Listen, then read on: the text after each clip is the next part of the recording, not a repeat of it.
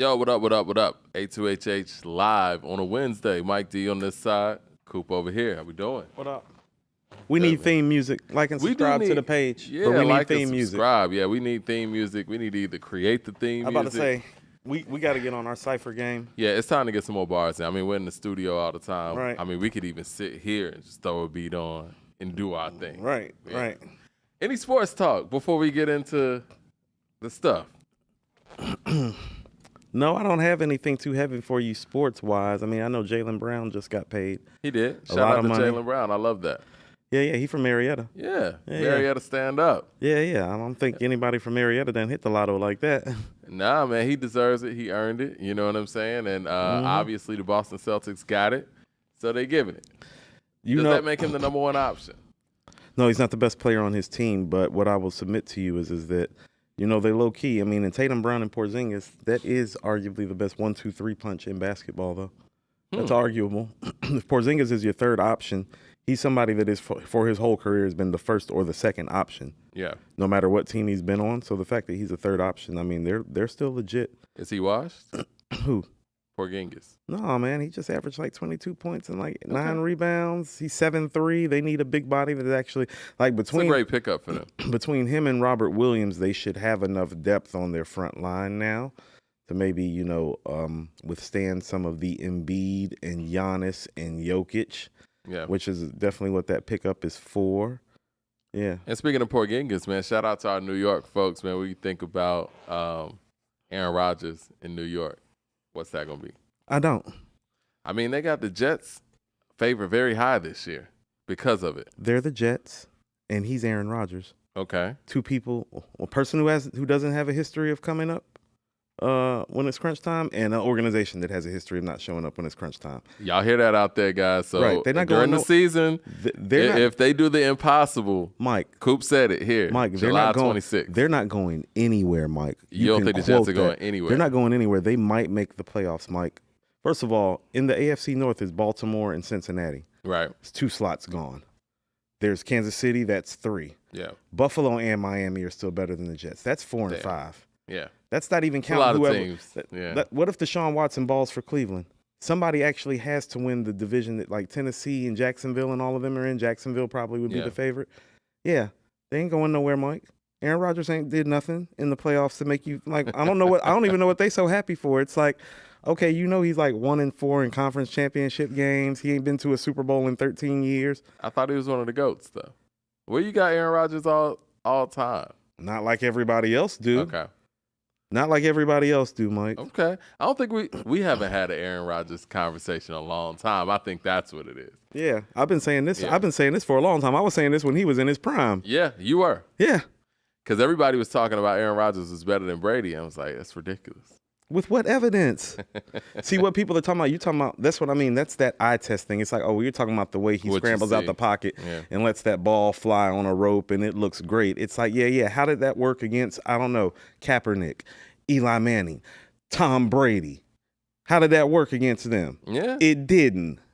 Because he don't. Ahmad with the super chat says, peace. Paul Pierce was on Mason Cam's show recently and said that he was better than D-Wade.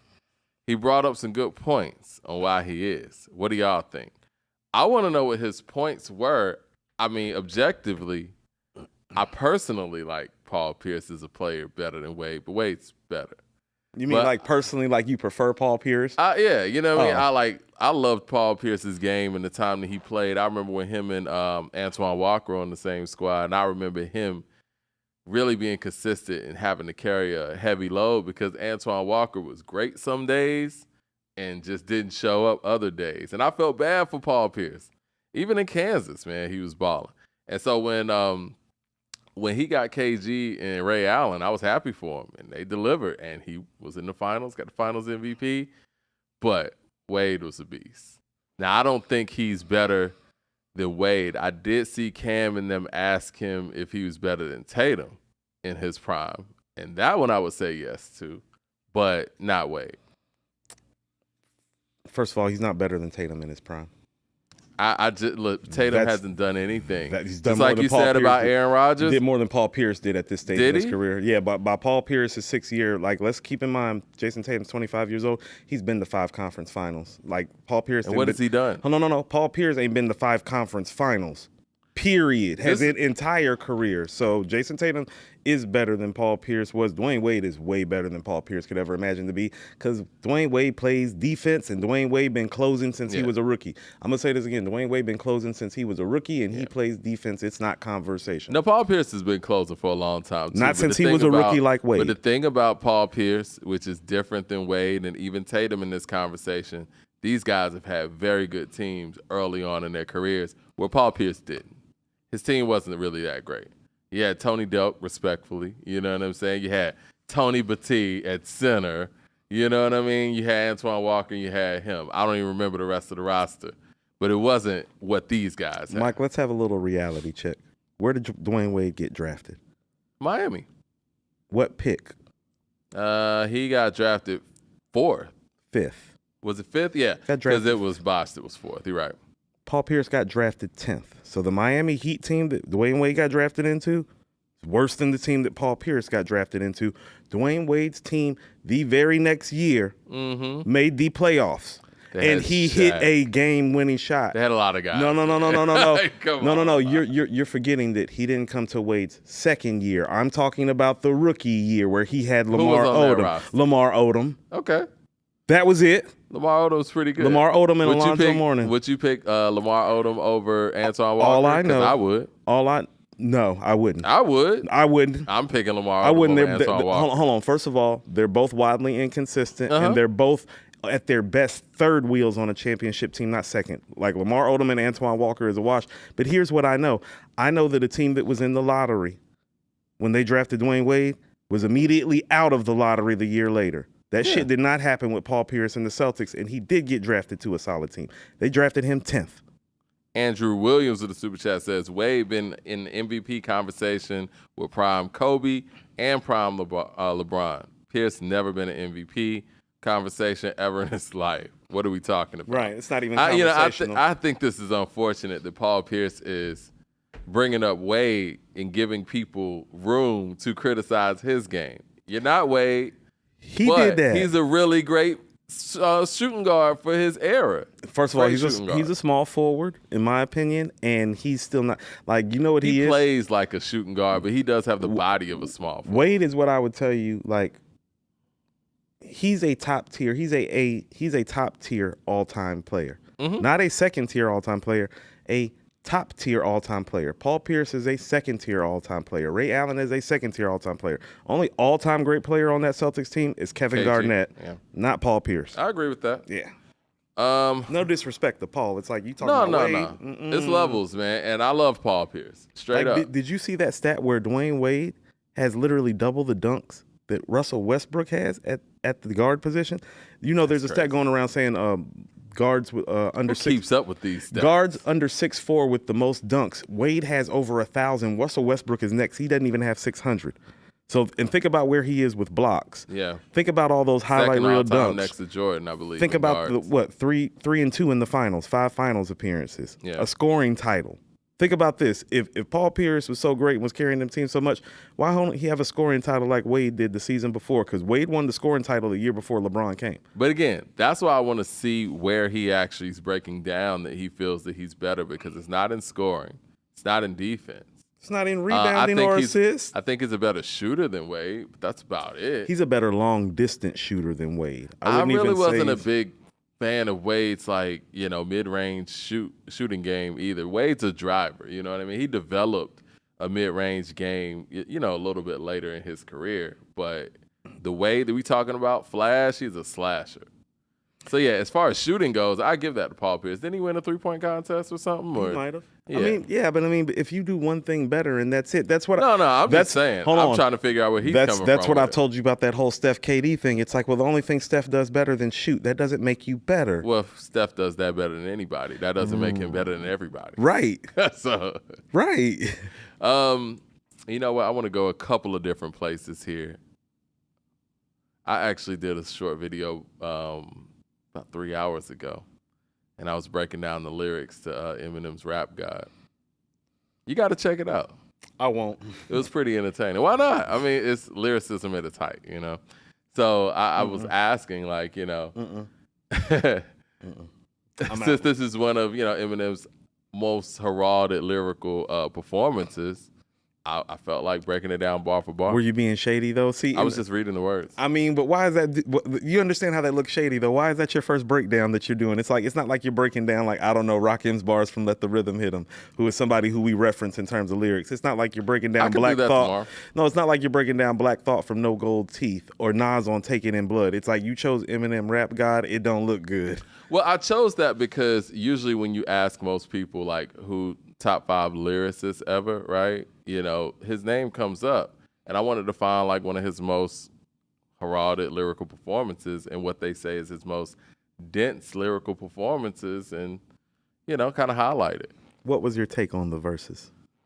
All right. This was the overall thing that I think I came up with after we finished, you know, after I finished reading everything. I'm like, I think people have lyricism confused with a flashy style. I think it's another term for, you know, having a really complex flow as opposed to lyricism, because lyricism is just straight up words. That's the lyrics.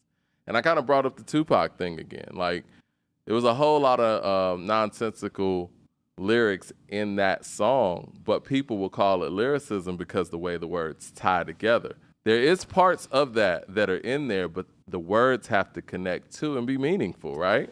No, they don't. They don't? No, and I'm going to tell you exactly why. Okay. You want to know why? Because you walk around here and talk about supreme clientele like it's the holy grail, Mike, and you talk about the nonsensical nature of it. So why is it okay for Ghost to do it on supreme clientele but nobody else? I think supreme clientele makes a lot of lyrical sense, though. Like, no, it don't, Mike. It doesn't make sense to you, but it makes sense to me. I get it. I understand what Ghost is saying on there.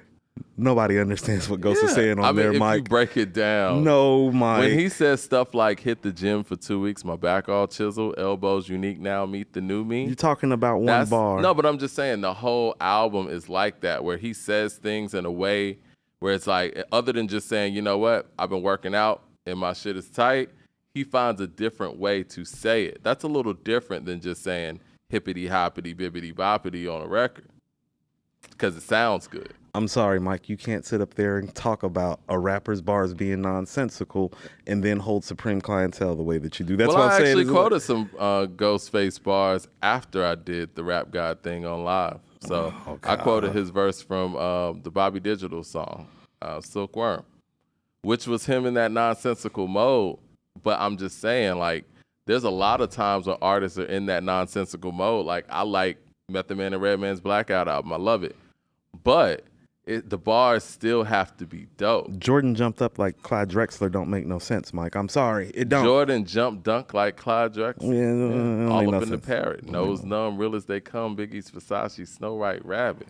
Biggie's Versace, Snow White Rabbit. That's not nonsensical. Hands is like photographic magic.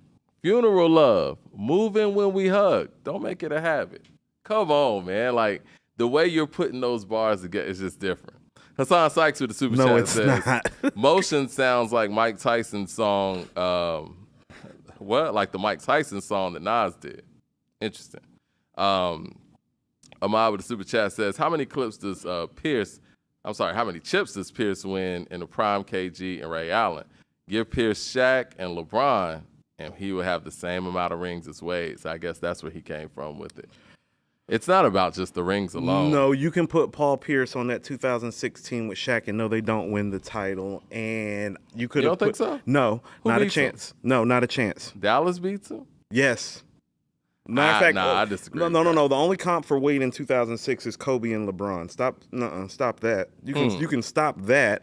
Nah, I think if Pierce is on that Heat team instead of Wade, I think they. First of all, if Pierce is on that Heat team, they don't beat Detroit. Okay, they don't beat think so? No, Mike. No, we have no evidence of that whatsoever. We don't have They any never evidence. beat Detroit? And as far as this, no, not straight up. The only reason Detroit even beat Miami in 2005 is because Wade pulled his oblique. They were about to beat them then. No, Pierce is not that dude like that. And you could have put damn near anybody that was an all-star with a prime KG. KG took an aging Sam Cassell and Latrell Sprewell to the conference finals to Shaq and Kobe's Lakers. Like KG's the different dude, not Paul Pierce. Well, we can honestly be KG real based different. on the evidence, and we know KG's individual stats, but he couldn't get over that hump either. First of all, he ran into Shaq and Kobe. Ain't nobody getting over that hump in that era. But what happened when they were gone? Because they were gone like after 03, and he didn't get to Boston until like, what, 08? So, yeah, I mean, there was a time period where they were gone. And no, hold on. If I'm not mistaken, so Shaq, it comes to Miami in 2004, right? And he goes to Boston in 2008. Mm-hmm. That's that Detroit San Antonio time too. So like those teams were like leaps and bounds better than those Minnesota teams. There was San no Antonio chance. was better. Yeah. Andrew No, Williams, Detroit too. But I'm just talking about on the West because he was still in Minnesota. I mean, but on the West, that's what I'm saying. He was like KG was very viable the whole time by himself on the West, the way Iverson was viable on the East, just in a tougher conference, literally with Tim Duncan, Shaq, and Kobe. I was going to say, what's KG's matchup against Tim Duncan? Almost even. Is it? It's like it's literally comparable. It's like I think Duncan's won like 3 or 4 more games. The points, rebounds, field goal percentage, blocks, assists are all comparable. Shout out to everybody in the chat. Thumbs up in the chat. Hit that like and subscribe. KG, that dude, I told you. All If KG plays for San Antonio wins the same rings. KG and Tim Duncan are comps. Paul Pierce, Dwayne Wade are not comps. Andrew Williams with the super chat says the impact Wade can have on the game was MJ like. Ain't nobody thought about Paul Pierce. That's what I'm saying. This is not a conversation. Sorry. Like it's easy to go one-on-one with LeBron when KG is in the post behind you. Leroy Green with the super chat says, Soul Survivor, my worst enemy, Mecca, main ingredient, Don't Smoke Rocks, Retropolitan, Monumental, 7 albums produced by Pete Rock that are fire, Coop.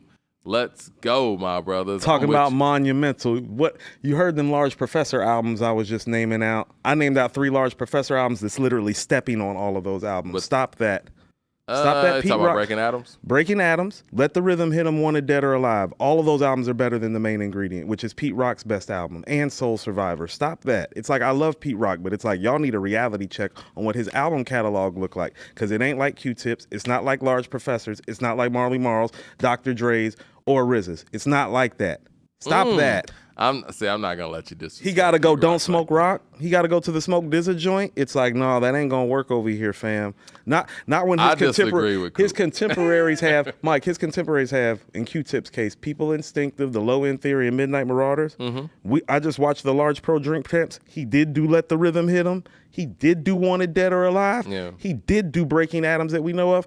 That's the dude that did Ain't Hard to Tell. I love and Large Halftime on Illmatic, right? And One Time for Your Mind. That guy, no, stop that. The main ingredient. What's the best produced song on Illmatic?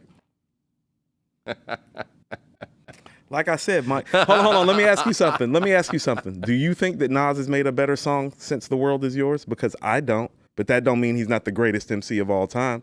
Like people What keep does that talking. mean? People keep talking The World about like Is The World Yours. Is Yours by Pete Rock on the production tip about how great it is. It's like, well, Nas hasn't redone The World Is Yours either, but he still ended up being the greatest MC of all time. Now, where the fuck is Pete Rock did something like The World Is Yours since The World Is Yours? I think we need a beat battle where I'm representing Pete Rock and you represent any of these people that you're making arguments for. Because all the calling stuff that you're saying, a spade. I'm sitting here in my mind just going through the Pete Rock stuff. Like, I really wish I could play this on YouTube right now.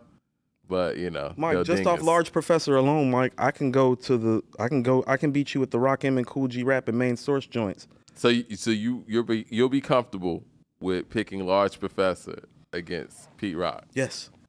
Okay. I got Let the Rhythm Hit 'Em. I got Let the Rhythm Hit 'Em. Let's do it. No, I got Let the Rhythm Hit 'Em. That's great. You don't have nothing like that over there. You know that, right? Michael Williams with the super chat. The main ingredient is not Let the Rhythm Hit 'Em.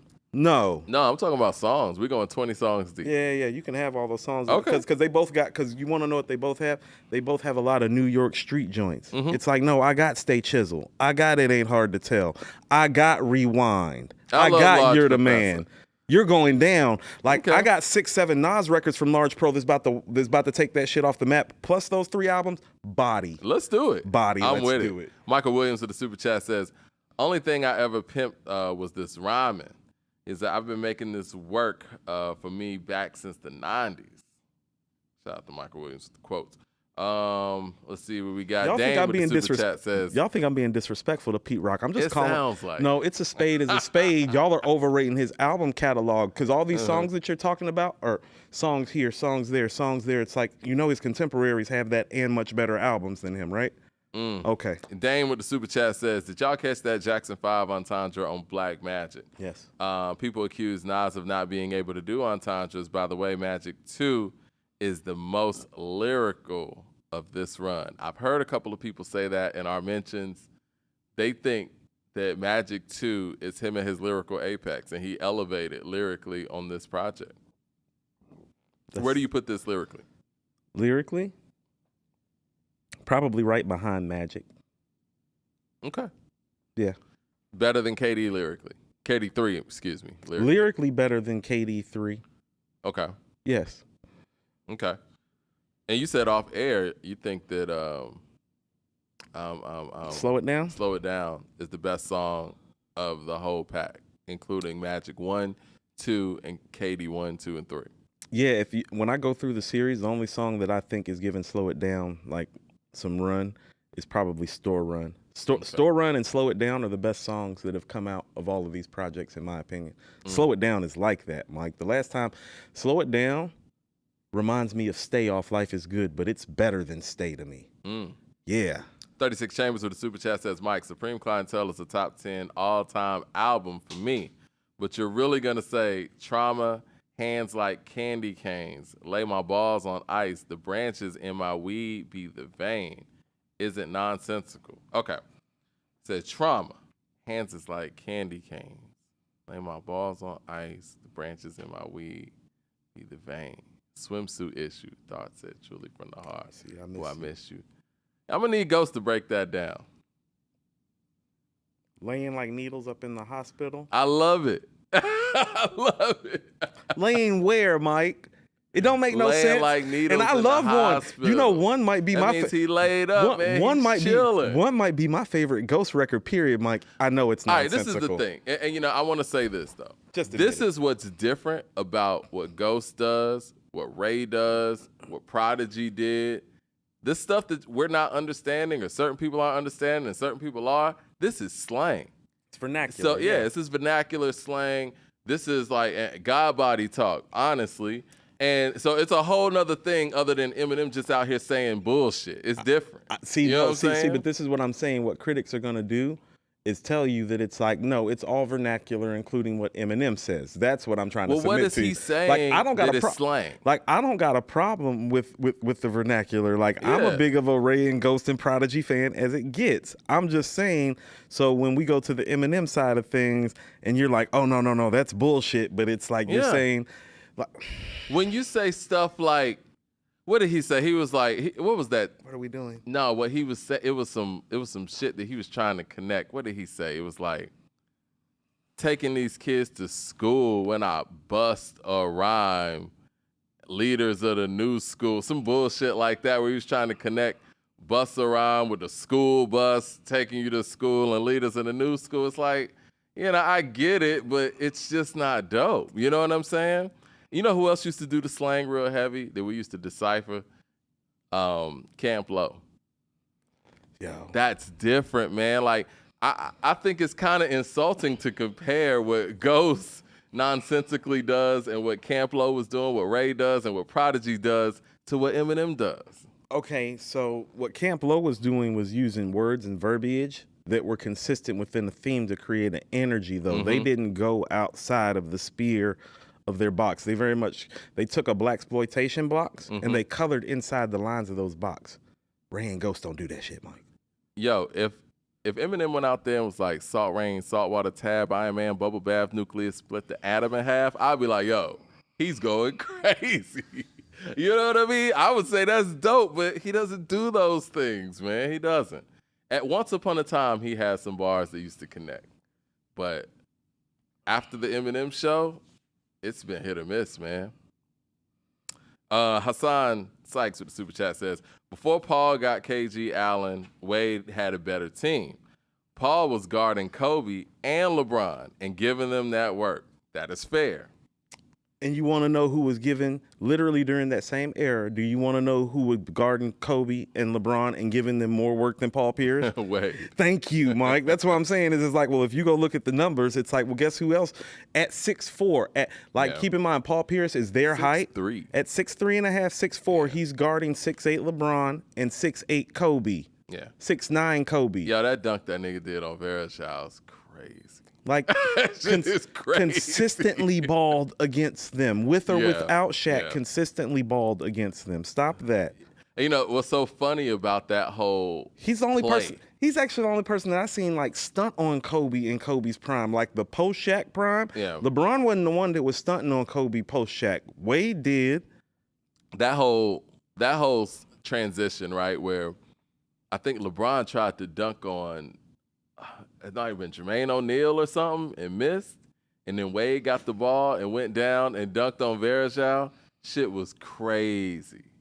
Like, yo, I got to give Wade props. I don't know what people are like. The fact that this is even conversational is so I think Paul disrespectful. Pierce made a conversation. I don't think anybody really believes that. And, you know, that shot that Kobe hit, it was a game winner that he hit on Wade.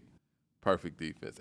That's one of the best game winners I've ever seen. But did you watch that game? That's what I'm saying. Yeah. That's prime. I know. That's prime Kobe. That's a top 5 to 10 player all time. Dwayne Wade is literally canceling him out, and it took the last play, and that was in L.A. What I will say, though, about both players, and I think this is where the conversation comes from, especially from Paul Pierce, both of those guys were high-level competitors. I think that Paul Pierce's competitive nature maybe exceeded his skill level to some degree. Yes. You know what I mean? Like, he was fierce out there. That's why he was the finals MVP for that stacked Boston team. He's a competitor. I give him that. And I still kind of feel like he got that because he scored the most points, because Kevin Garnett was the best player on the floor for that team. I think Kevin Garnett, a lot of the stuff that he was doing, you can't put in the stat sheet. Right. So, like calling out defensive plays when Kobe's bringing the ball up court. He made all of those guys better defenders. I saw it. Like, do you know what? Yeah. Like, I don't think people I think people are kind of forgetting. It's like, no, they beat a prime Kobe, like the killer. It's like, no, KG was literally calling out sets. Yeah. Like walking down the court every time, because that's what it takes to beat Kobe. It's like, no, you better have a defense set up. Took all three of them. Like, you know, you need a defense set up every play to beat Kobe, right? Yep. Every play, not sometime, Mike. Every single play. Facts. Stephon Young with the super chat says, what up, Coop and Mike? What up, Stephon? In the building. Let's see. We got LP with the super chat says, Pete has the best prime for that type of production. I love both, but he's not top 10 when you put that whole career up against his peers. Hit overall. I guess he got hit overall over Pete Rock. Andrew Williams with the super chat says, have y'all heard what MC Shan said about Nas? Not a good look for Shan. I saw that, but I didn't click it. You know, I think it was something about him not being included on, you know, some show, one of the hip hop 50s.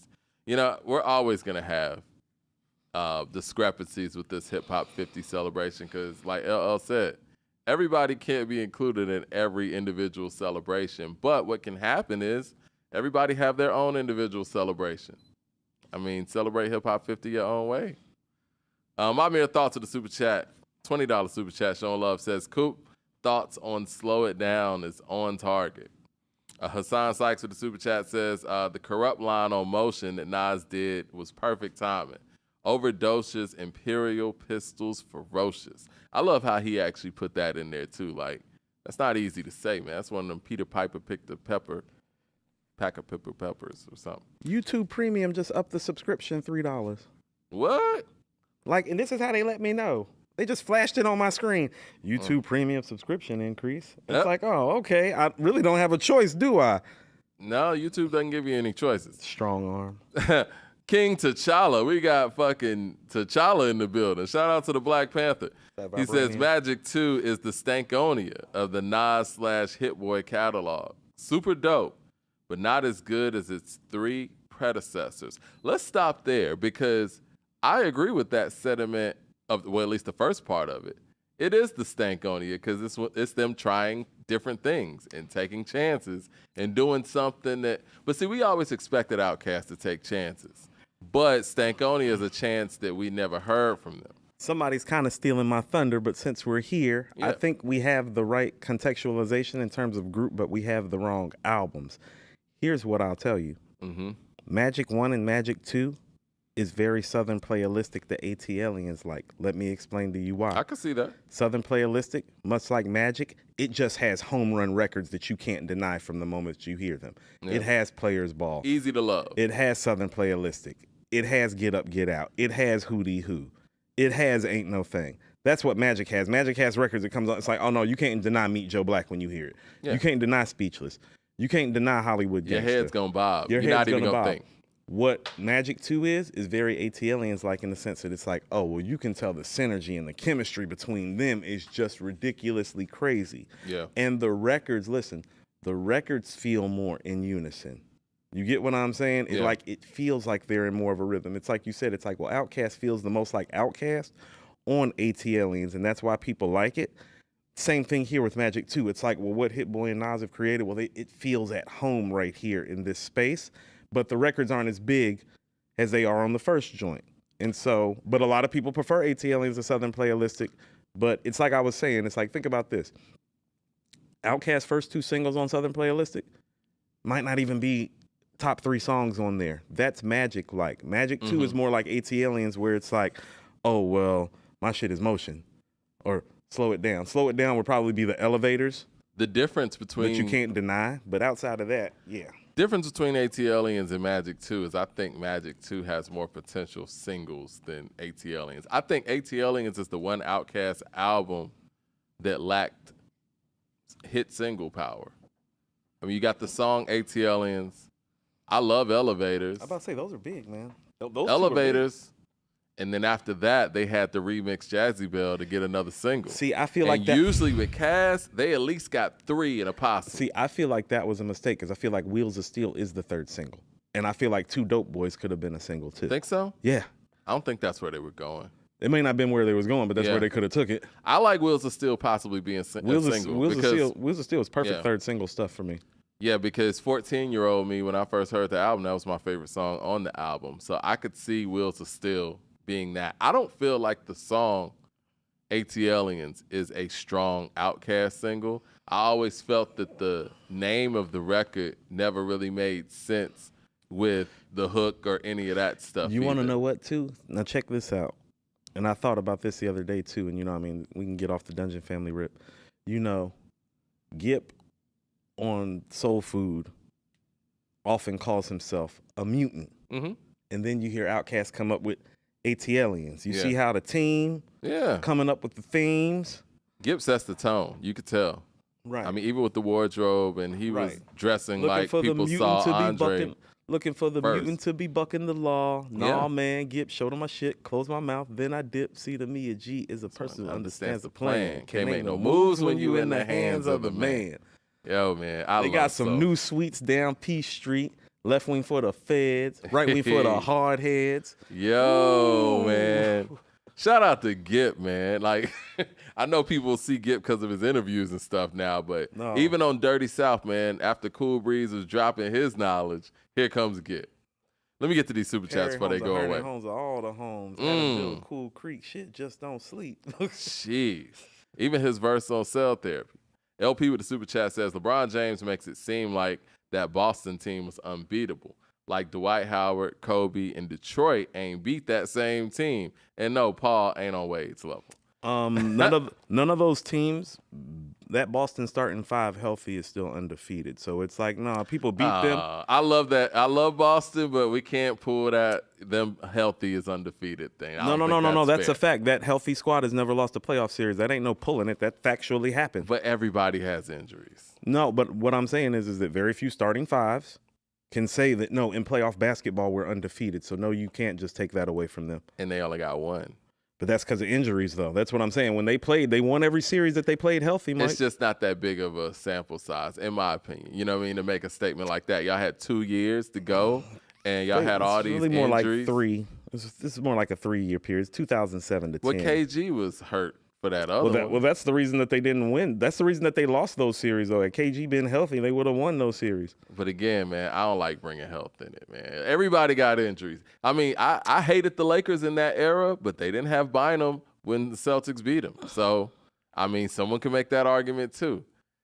It is what it is, man. If you think Andrew Bynum was about to tip the scales of the NBA Finals, okay, I'll let you have it. I mean, he's a big man. I mean, and that's how that LA team was winning. That LA team was basically winning because I know Kobe's Kobe, but they were bigger than everybody. When you had a front line that looked like Bynum, Gasol, and Odin, you ain't getting no rebounds. It's very 86 Celtics. Yeah, you ain't getting no rebounds. I seen it. They beat the Nuggets off of offensive rebounds. But also, too, it's like, well, that ain't Mikal Parrish and fucking Bird Size either. is size, though. Size you is got size, I hear 3 you. 7-footers in your lineup with Kobe Bryant.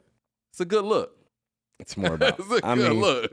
Newsflash. It's more about Kobe, but okay. But I'm saying, you got Kobe and you got 3 7-footers too. That helps. Right. Yeah. Right. And when you're missing one, think about how great Boston was. They had Kobe and then 3 7-footers, and it took Boston getting hurt for them to win. So, like what you're saying, you're still kind of making my point. But when they had their 7-footer, Boston LA was won. hurt. But Boston was hurt. They didn't win because they had the 7-footers. They won because Kendrick Perkins tore his ACL.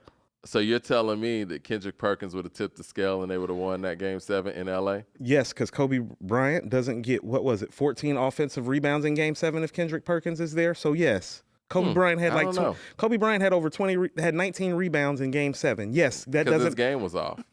His offensive game was off. Right. His offensive game was off. But guess what? The other center, on the other starting center, was hurt. So that makes it easier to crash the board, seeing how the other two big men were respectfully a little long in the tooth. It's Game 7. They were tired. Rashid and KG were tired. Mm-hmm. Perkins was younger, and he was the center. Kobe don't get no 19 rebounds if Kendrick Perkins is there, and they don't win that game without Kobe's rebounds. Hassan Sykes with the $20 super chat showing love. He said, Wade isn't a great one-on-one defender. Excuse me. He said, Wade isn't a great one-on-one defender. He is a help defender. But they never played each other in the playoffs when the money was on the line. Wade isn't guarding them one-on-one. Help defend it against them. I said help defend it against them. Quite frankly, you just don't know what you're talking about and weren't watching basketball. Like, it's just straight up like that. I've watched too many games where Kobe and LeBron have been guarded by Wade literally, like, for the majority of the game, like, one-on-one. Like, you absolutely don't know what you're talking about. Zuri with the super chat says, speaking of Gipp and Eminem, he said that Eminem is responsible for making Jay-Z cool in hip-hop. Thoughts? I figured I was going to be asked this because I actually looked at that portion of the interview before this show. I think what Gipp said, and I think the title was kind of misleading. What Gipp said was Eminem brought Jay-Z into households and homes that he wouldn't have been in otherwise by collaborating with Eminem. And that's true. Yes. So he made Jay-Z cool to certain people. That's true. People who don't really normally listen to rap. I'm about to say, well, not to be funny, because it's like, well, it is what it is. The people that Eminem bought to Jay-Z's table to make Jay-Z look cool, well, not to be funny, those motherfuckers ain't never been known for being cool like that. So, like, what do they know about the cool? And see, those are the people who went on to criticize That's some Jay-Z. Appropriation type shit. Yeah. Those are the people who went on to criticize Jay-Z's perspective as well because they don't understand his life. Like he said, if you don't get it, you ain't live it. Or some, you know what I mean? Like, the shit I'm saying is so foreign to you. No, it's like he said on Renegade, motherfuckers say that I'm foolish. I only talk about jewels. Do you fools listen to music or do you just skim through it? I think that's the most quoted line from that song, and it's funny. He got killed on that song. It's the most appropriate line, too, though. Well, lyrics stand, you know what I mean? And again, Eminem's flow was cool. It was great. But lyrically, did he say anything that really sticks with people on there? And Renegade is one of his better performances, if not his best performance. What did he say that really stuck to people in the way that what Jay said on the Do You Fools Choose to... Man, I just lost the super chats. My bad. Hold on. But you know what I'm talking about. Hold on, let me see. Somebody's fixing me saying Kobe got 16 rebounds that game. Okay, let's go pull up Kobe's rebounds game 1 through 6 is my point. We're skipping around. Do you think Kobe had a 15 rebound game before that in that series?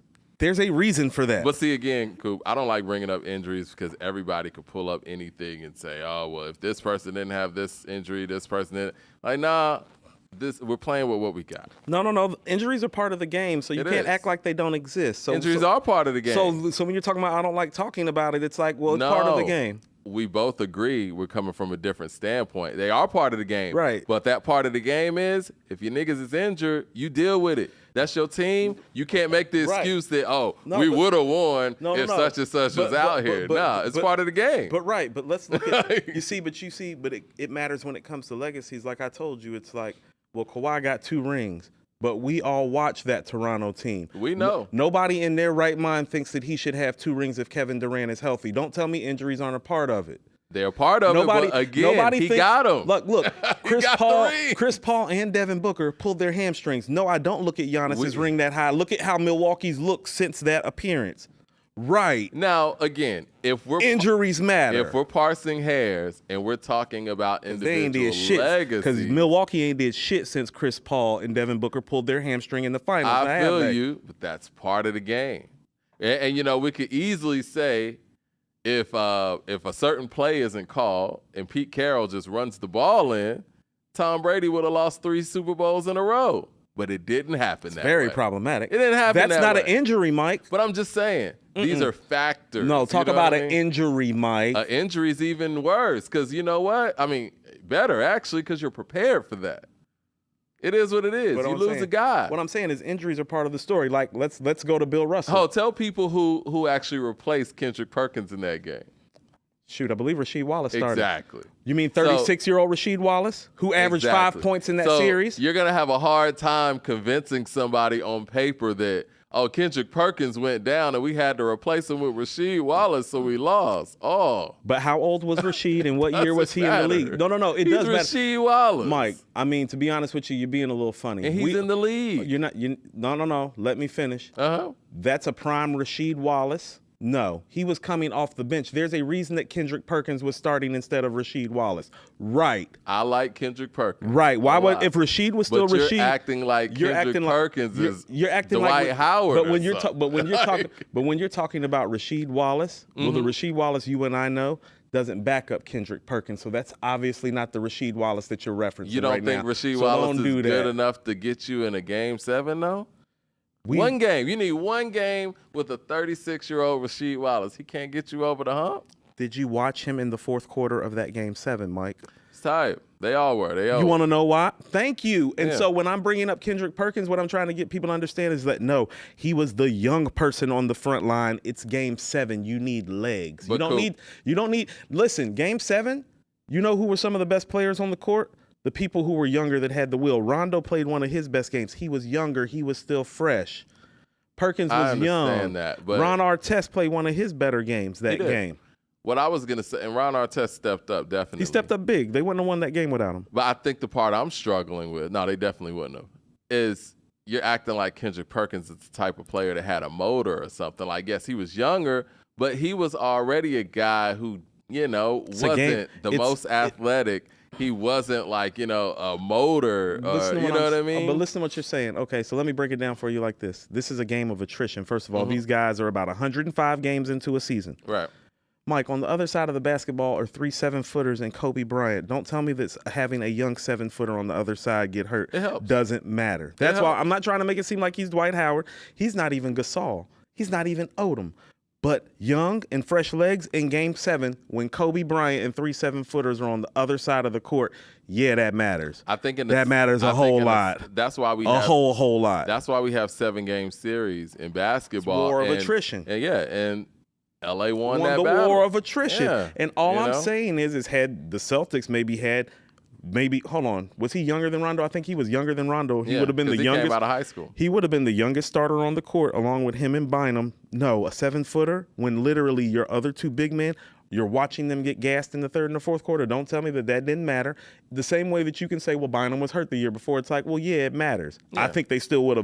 I still think they would have lost had they had Bynum. But what I'm telling you is that game in one situation, It's like, no, I think Perkins could have made a difference because that game was literally a rebound or two from going the other way. A 7-foot big man being hurt when it's a rebound or two that I watched Kobe get off the glass in the fourth quarter. It's like, yeah, that matters. When Kobe's crashing the boards in the fourth quarter and you're missing a 7-foot, 20-something-year-old center, yeah, that matters, Mike. I'm going to go back and watch Game 7 again because I remember watching it live. But I still believe, though, even like you said, if Bynum was in there the previous year, I think Celtics still win because they won handedly in that series. Pretty bad. And I think that even if Perkins was healthy, I think that Lakers team would have still won that. They would have found a way. I feel that way, except for the way Kobe shot in Game 7. Yeah. Like, had Kobe That's the only question mark. How about this? Had Kobe been Kobe in Game 7, I wouldn't even ask these questions because it'd been like, well, you know, Kobe was Kobe. He shot 28 shots. He made 20. He scored 45. Good night. Game 7 in the Forum. It's the fact that Kobe didn't shoot well, and it became a game about rebounding and defense. Mike, what does Kendrick Perkins do well? Rebound and play defense. Yes, it matters. It matters, but I guess me, man, I guess I'm a cynic in this sense because I remember watching the Lakers in the 2000s, and I just find it hard to believe anybody's going to beat them in the Game 7 at home in L.A. I mean, it just wasn't wired like that back then. Like, the only person that really stomped on L.A. was Detroit, and that was because, you know, they pretty much just took them out, damn near gentleman's sweep. It was a gentleman's sweep. It's because Kobe shot 37%, since we're going to be fair. Tayshaun Prince was long. Pause. Leroy Green with the super chat says, only I can talk about Nas a certain way. So Shan should ask Nas for his new teeth connect. Not for a show. And Mike, I love Gip, but get your mans. LOL. Andrew Williams with the super chat says Elliot Wilson's been showing Nas mad love on Twitter lately, probably because he wants an interview. Not happening though. Who knows? Stefan Young with the super chat says whoever said that about Wade is on drugs, about him not being good one-on-one defender. Right, that's what I'm saying. Like, yeah, I didn't understand that either. That's wild. And they broke it down like they were like they broke it down like they knew coach. basketball. Like, yeah, it's like you don't know anything, dude. Like, just keep that next time. I don't claim to know everything, but I don't really see where that was. Shit, He's a help defender now? To hear people talking, I talk like I know everything, but I mean, shit, it ain't hard to tell that. Zuri with the super chat says Nas's line made that M verse bigger than it was. Fair. I agree. Fair. I agree with that. I mean, but Jay did the same thing that it was written on the takeover. He did. One was it's like, oh, it was written as that's where all that came from, Mike. Ether is where the whole Stan thing came from. Stan was just a song until Nas did. Hold on. Until he called him a pussy, a Stan. Like, nobody had used it in that way. Hold on, Mike. You know that the Large Pro interview, there's the original version that Ether Swiss Beats did. Well, I'm glad they used the current one. Actually, I heard, no. No Large Pro was actually talking about, and Nori was talking about how the original was actually more vicious. And that's why they changed it and actually slowed it down, because it was actually more emotional. And you know, it took some real shots. It took some real shots. I say what I said because you know who else Swiss Beats made a diss record for? Meek Mill.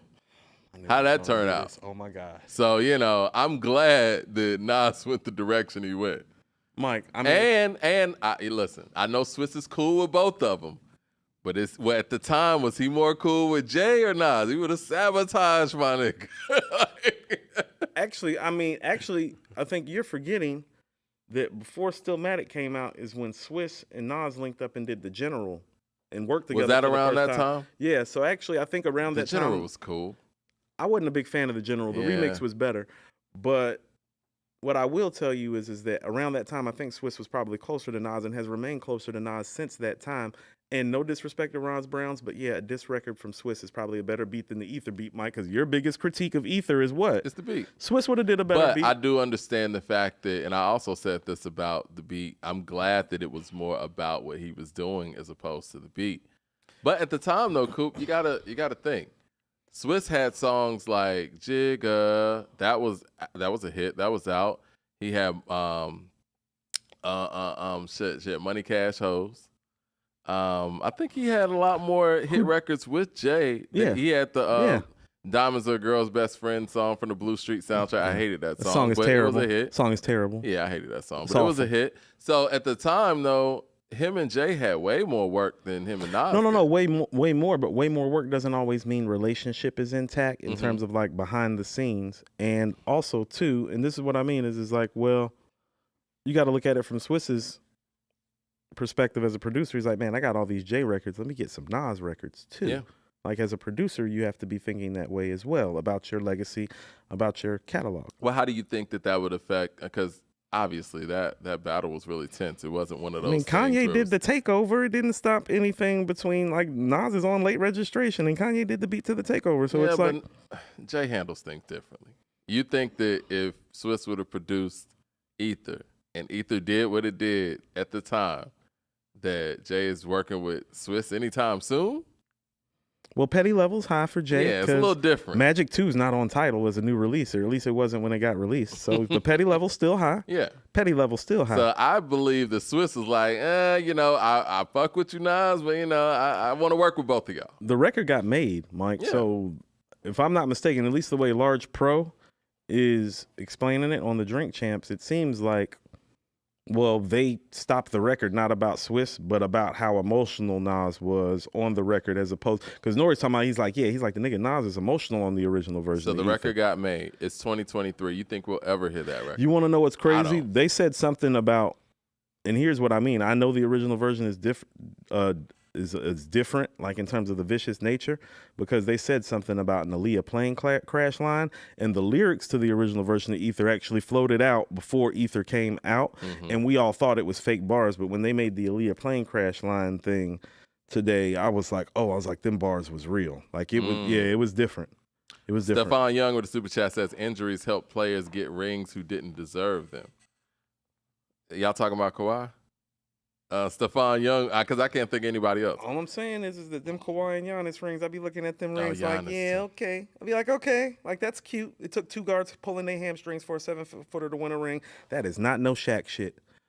Stephon Young with the super chat says, Coop is right, Mike, about the injuries. Listen to your boy. I think we're saying similar things. All I'm saying is, man, you can't, an injury. We can't take away the rings from the people that got them. I'm not taking the rings away. But when you start comparing it to other people, then you can start factoring those right, like things. I told you, it's like, man, Isaiah Thomas is like, injury and a bad pass away from maybe having 4 rings in a row. It's like, no, I look at Isaiah differently about that. It's like, no, you were beating Prime Magic and Prime Larry, that's different. And you still got 2 rings, and you could have gotten 4. It's like, yeah, that's different to me. So don't be like, they're not all the same. So when people be asking me, it's like, well, I'll put Steph ahead of Isaiah all time, but about what I know and what I've seen, I'm not taking Steph over Isaiah for no game. Isaiah used to bust Bird and Magic's ass, and you want me to take Steph, who needed KD to beat LeBron? No, that shit is not designed the same. No, it's not the same. Mario Williams with the super chat says the Lakers had 23 offensive rebounds in Game 7. Damn. And the center being hurt don't matter. Okay. Man, shout out to Rasheed Wallace, man. That's my guy. Mad Max with the super chat says that's the second time he done blown a Game 7 against the Lakers. It is. Yeah. Now that's what you need to. Now, if you said that, I'm with you. Like 36-year-old Rasheed Wallace at the skill set he is and being who he is as a all-time athlete, and just when you're a veteran, your mind takes over, right? And that's when you're able to outdo people based on your experience and attrition. But yeah, I think it's possible that Rasheed might not come up big in big games like that. And like you said, that Laker-Portland thing, that's something to look at. No. We're not done with Rasheed yet. That's what I'm saying. While you're talking that and Rasheed I love shit. Rasheed. Oh, let's talk Rasheed, because let's talk about why Detroit didn't win back-to-back rings. I believe somebody famously left their man who happened to be Tim Duncan. You left Tim Duncan in a Game 7. Yeah. What kind of marijuana is that, Mike? Yeah, she had a lot of opportunities, man. Right. Because the Lakers shouldn't have even won that first championship. They shouldn't have won the first championship because she should have stopped it. Detroit should have won back-to-back. He blew that. And then there's Game 7 again with Boston and L.A. Yeah. Yeah. And that's the guy that you want? And you're telling me Kendrick Perkins being there ain't matter like that? Shitting me. Now that's fair. You shitting me. Now that's fair. If you want to say that. I watched him blow it against Shaq. Yeah. I watched him blow it against Duncan. And then he blew it against Kobe. And that's who you want I don't think his age has anything to do with that. Yeah. All right, Mad Max to the super chat says, Giannis had a knee sprain. Cut it out, Coop. He ain't have no damn knee sprain. Ain't nobody buying that. Stop that. He ain't have no knee sprain. So, okay. Where do you put Giannis? Like, Mike, when your knee is sprained, where do you put Giannis all time? We talking about everything today for the people that's tuning in, but, we all across the board, back and forth basketball and all that. Where you got Giannis all time? Top 30? Yeah, I was going to say top 25 to 30. I would have him somewhere between 25 to 30 right now. You got Giannis over Joker? No. No. Explain that to the people.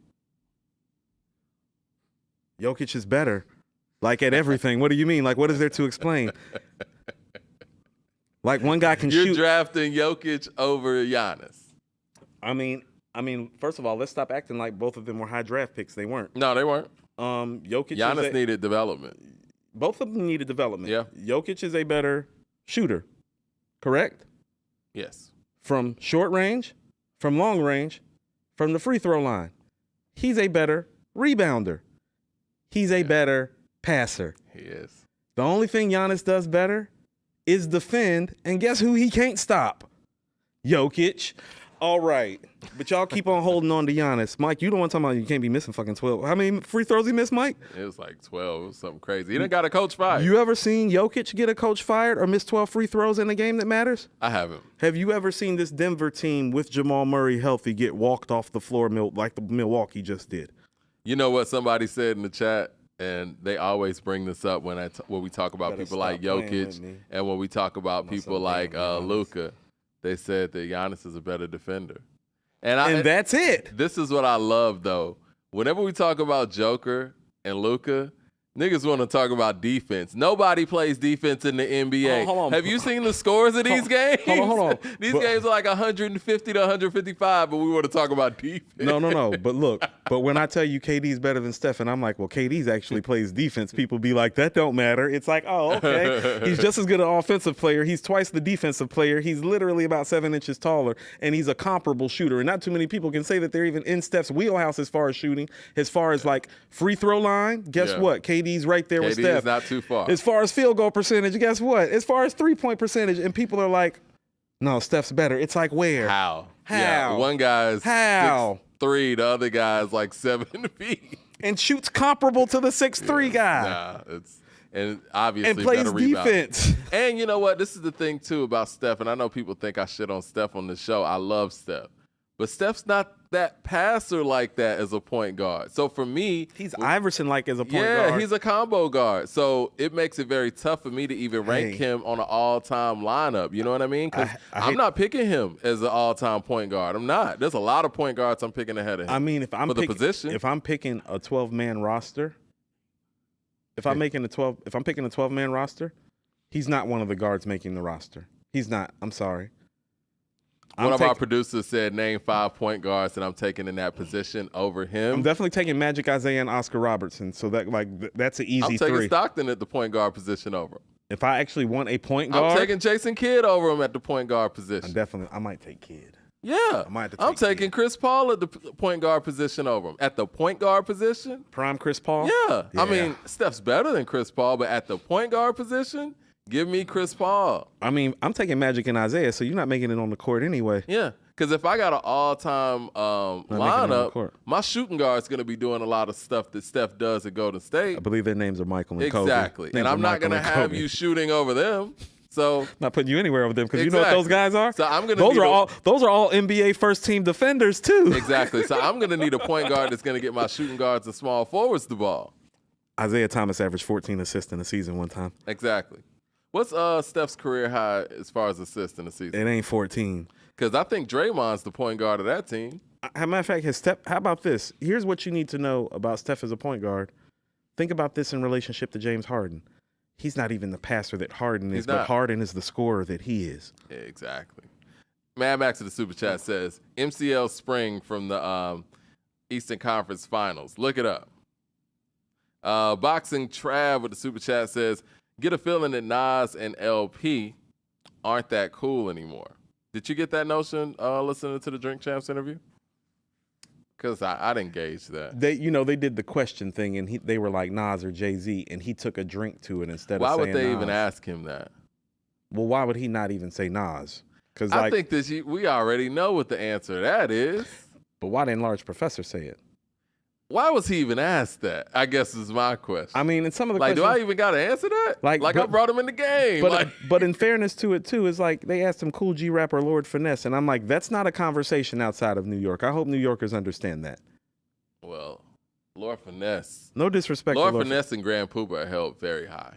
Like I said, outside of New York, that's not a conversation. A lot of people feel like, I think I heard Flex say this. And he took a drink to that. And I'm thinking like. Well, a lot of people feel like Lord Finesse in that time period, like that early 90s time period, was the nicest nigga in New York. He had that moment. That's how Large Pro was talking, too. Yeah. He had that moment like Buckshot Shorty had with Black Moon. They bought up Buckshot, too. And they bought up Mike Geronimo. Shout out to Mike Geronimo. That's Large Professor's best friend. Really? He said Mike Geronimo's everywhere. He said, like Fat Joe. He said the first time that his parents let him out the house by himself, the first person he met was Mike Geronimo. That's interesting. I told you, the Large Pro, it was one of the better ones. Everywhere. He is so much connected to all the things of that scene in that time. Think about it. He's got Q-Tip stories, Rakim stories, Cool G Rap stories, Nas stories. Like, he's got, I want to interview, man. We need to interview Large Professor, man. Large Professor, holler at us, man, for real. Did they talk about Paul C any? He talked about Paul C finishing up Streets of New York on Wanted Dead or Alive. Okay. He's like pretty much like, hey, I skeleton that track and Paul C finished it up. But as far as, the murder and all that, he talked, I mean, the most fascinating part was actually, for me, was when he was talking about the Let the Rhythm Hit Him part. That was like. Let me get through these super chats and I want to hear you expound upon that. Yeah. Michael Williams with the super chat says, off the top of your head, how many Andre verses are better than Bun B on Murder? Well, see, I would have to put them in categories, 10. right? About 10. Well, see, Murder is one of those songs where Bun just spazzed on it, right? So what Andre verses would we take where we say, you know what, he just spazzed? And it wasn't like reflective, you know what I'm saying? Well, that's what he does. He does the reflective. Yeah, exactly. He does the reflective. So we would have to dig into Andre's bag and see where he did those things, because mostly it's on Southern Playalistic, but he wasn't at that level yet. But he's still reflective on Southern Playalistic. He is. He's just, that's who he is as an MC. He's a reflective MC. What's an Andre verse where he's just talking his shit? Where he's just like rapping his ass off? Mike, that's Ain't No Thing. That's why I like Ain't No Thing. I know Southern Playalistic has those verses, but I'm talking about once Andre became Andre. Because I look at ATLians on as Andre really, really stepping it up. Just for a verse where he's just spazzing? Mm-hmm. I mean... Because even Thought Process is reflective. Wailing. I felt the pressure like sun shining while raining at the same time. I kept on rhyming. Not complaining. Storm raining cats and dogs. My catalog be the size of golf balls. Yeah. I don't think that's better than the Murder verse. It's not. Me and everything around me is unstable like Chernobyl. What, Millennium? Yeah. It's still reflective. Yeah, it is. It's just who he is. That is who he is. What about Akumenai? Because I think that's his best overall rap performance on an album. I think ATLians is probably the best performance, like rhyme-wise for him. Because I feel like he did everything on Akumenai. Yeah, he did some of everything. He did some of like the common denominator, the nigga numerator, never know who to hate, a niggas cater to your ego. I'm sorry like Atari, who's the cousin to Kaliko. The ish in Puerto Rico back on the street like Chico, DeVar, G-Large, and got a lack in the garage. I mean, there could really be an argument for that on the Murder verse. One at Clark, one at Spellman. Both know each other, and short. It's cool. You can tell when they step up in the party, jump for joy, but all the while, niggas screaming they gon' jump the boy. Spitting all that bourgeois, my watch, my car, I'm a star, I'd rather be a comet by far. Whew. That's one of his better bars. I'd rather be I'd rather be incredible verse. And I think that verse gets lost in the fact that Raekwon and Big Boy come after it, really. Big Boy says the best verse on the song, but it's cool. I'm not mad at that. I'm trying to think what maybe the verse on Mamacita, you and your nigga shit shaky. Now Big Boy had the best verse on that song. Big Boy snapped on that. No, that to me that's one of my favorite Big Boy verses. Ooh, Chunky Fire, the verse on Chunky Fire. It's not better than the Murder verse. It's not. I'm just trying to think where he spazzed on something.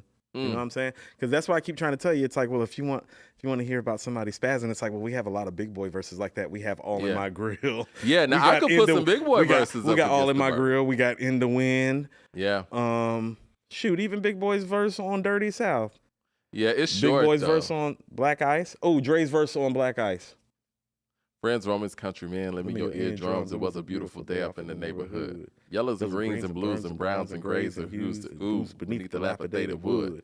Ain't a thing could explain to pertain to cocaine and things range. See some around niggas holler about change, but they steady move them keys like Bob James. Cause old man winter just died, November's arrived. Yeah, that might be. Old man winter's arrived, November just died, December's alive. Thus it ain't no typical ride, just individuals on the way home. Yeah, that's probably the spaz verse. Put that, Black Ice is the spaz verse. There you go. Mike H with the super chat says, Urban Magic Johnson's becoming a go-to for me on Magic too. I hated the song when I first listened. My 23-year-old son loves this album. Was hit shooting for the young demo. I tried to say this in the last episode. This ain't for you old head niggas. This Magic 2 is not for you old niggas. The younger audience is fucking with Magic too. They have to be listening to the styles and the beats. That's why it's like, oh no, this ain't for you outside of Slow It Down. I really, really, really think Black Magic needs to be a single. And you're right. Once they're tapping into that Memphis sound, they're definitely tapping into the youth. And I don't care what nobody say. Office Hours is fire, Mike. Office Hours is fire. Office Hours is fire, Mike. I was like, I would like to see a visual for that. I think might have to replace Death Row East, Mike. It's like I might have to replace Death Row East with Office Hours. I think Office Hours definitely needs a video. Yeah. It's making me take Death Row East off my playlist, Mike. Wow. AB Studio, that's big for the people that watch the show. Yeah. AB Studios with a super chat says Swiss Beats was salty for not being inducted not included, in the Dynasty and the Blueprint. So he turned to Nas. Think Jay heard the rumor and stopped working with Swiss until 2009. Well, Swiss is actually on the Blueprint 2.5. He is. I cannot stop and will not stop. 2.5. That song. I meant the Blueprint 3. Yeah, on to the next one. Yeah, he's on to the next one. That's what he's talking. He's talking about 2009, but I'm saying he worked with him like in 2002 with that. I cannot stop and will not stop. That might have been an old record. Could have been. That might have been old, Mike. That might have been a year or two old. I just don't feel like Jay was putting old records on albums back then. He could have been, but it felt like everything that Jay was making at the time sounded so fresh. I don't know. Hindsight 2020. Yeah, I could be wrong though. I have no information. Michael Williams with the super chat says, if Big Pun and Big L were members of Wu-Tang, where would you rank them in terms of lyricism? If Big L was in Wu-Tang? If Big L was in Wu-Tang. Lyrically? Damn, guys. Y'all get us with that question every time. L was super nice, man. L was super nice. I still got Method Man ahead of him. Not lyrically? Lyrically, yes. Hell yeah. I don't know about that, Mike. Where do you have Meth lyrically in the group? You got Meth ahead of Ray and Ghost lyrically? I got Meth third. They call me Big John Stud. My middle name Mud. Dirty water flow too much for you, thug. You can't stand the flood. What His up, Doc? Peak lyricism is probably the peak of the group lyrically, but what I'll tell you is that he doesn't always hit his peak lyricism. When he hits it, you know, he's hard to beat by anybody's measure. Playing with mine will get you state time. Locked behind 12 bars from a great mind. Killer Bees on the in the club with his ladybug. Pull a sword out to cut a rug. Love is love. Yeah. So they throw slug. Can't feel me till it's your blood. Murder rate's tremendous. Do you think Method Man has been lyrically consistent the way Ray has, though? I think Ray's just been consistent all across the board. That's what I mean. So lyrically, but I think with somebody like Method Man, it's not fair that we only judge him by his peaks. Where I'm judging him next to Ray. I'm not judging him by his peak. I'm judging him next to Ray. That's why I'm asking. I think we're both clear that it's Inspector Deck and the Jizzin and Inspector Deck are 1 and 2, right? I forgot about Inspector Deck. Who would you have at 2? You didn't have Ghost at 2. I got Ghost at 2. I got Ghost at 2. It is what it is. No, Mike. You think, all right, let's have this Inspector conversation. No. Let's have this Inspector conversation. You think Inspector is lyrically better than Big L? Because I do. I was actually thinking I would put L third depending on how you feel about Meth or Ray. Because I'll tell you, in a vacuum, L's probably lyrically nicer than Meth and Ray, in my opinion. But not better than Deck or Jizza. I guess I feel like I need more evidence on that. What, Big L evidence?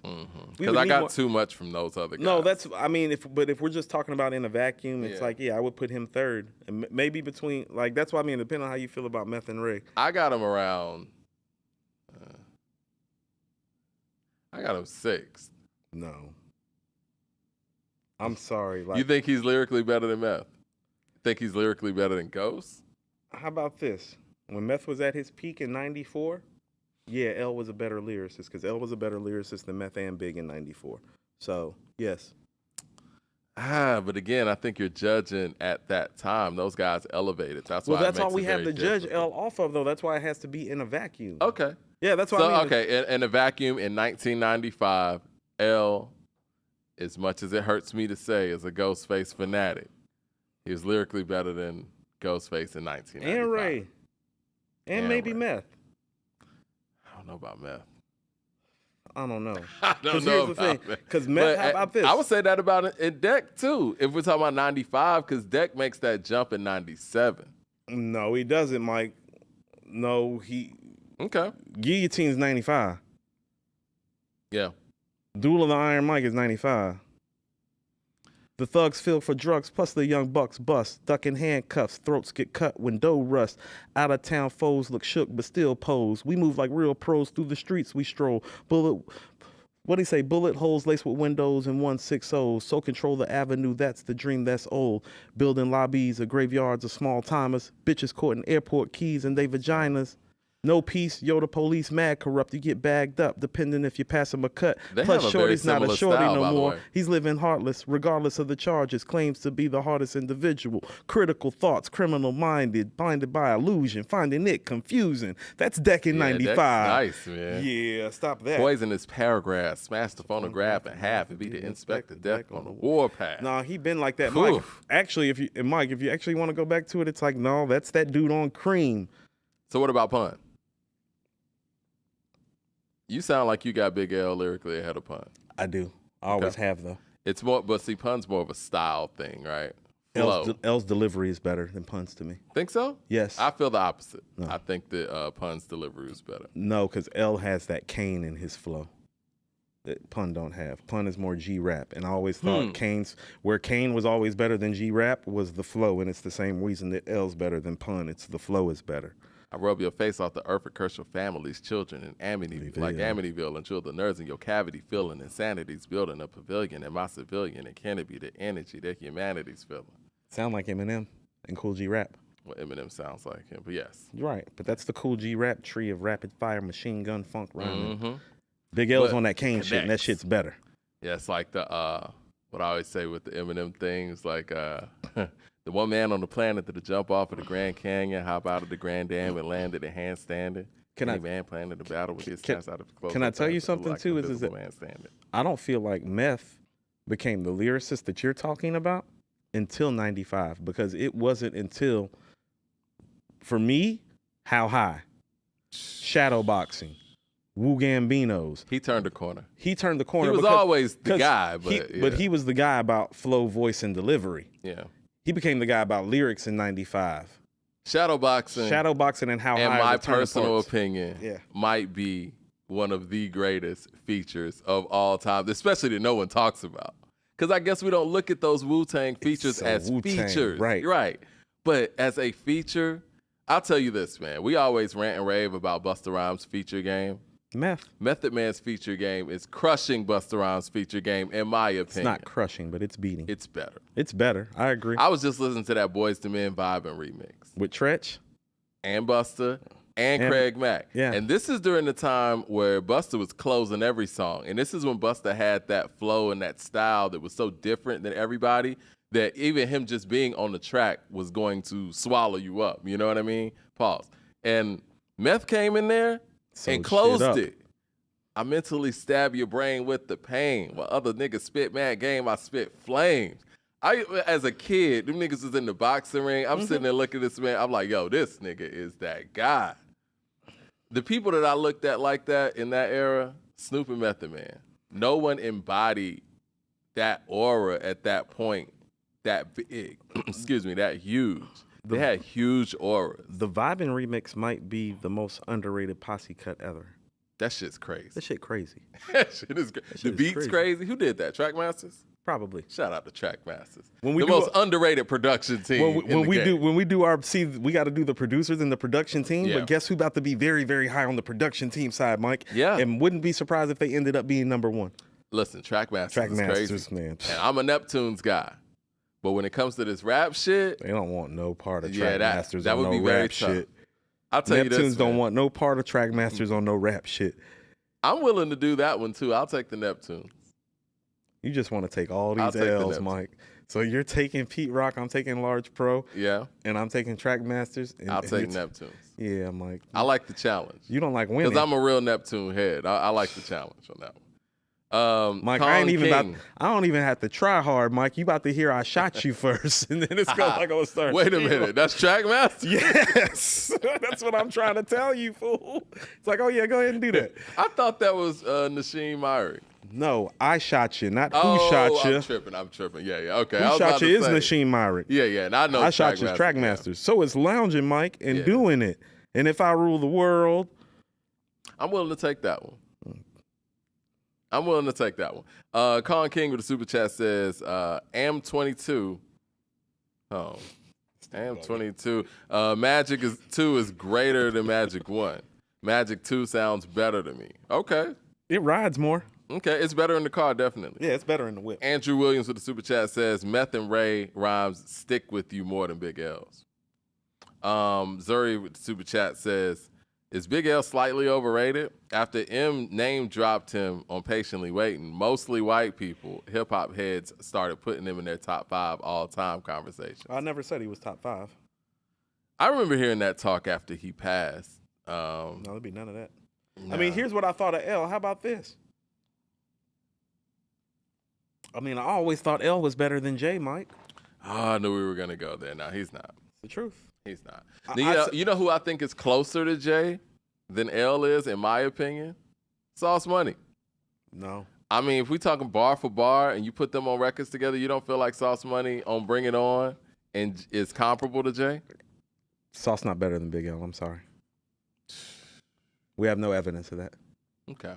You have no real evidence of that. Listen, both of these guys is vacuum talk, right? Right. You know what I mean? At least L does have Lifestyles of the Poor and Yeah, he has a Dangerous. dope-ass album that he made by himself. So I will give him that. But in a vacuum, if I'm hearing both of these guys rhyme and we're hearing both of the lyricists, speaking of which, I might go Sauce Money. It's closer than people think. No, it's not. And speaking of which, that's another album that's better than the main ingredient. Lifestyles of the Poor and Dangerous by Big L. Yes, it is. It's not. Yeah, it is. It's not. Yes, it is. Now, if I don't want to be disrespectful, and I'll go back and listen because I always do that when we talk about things on the show.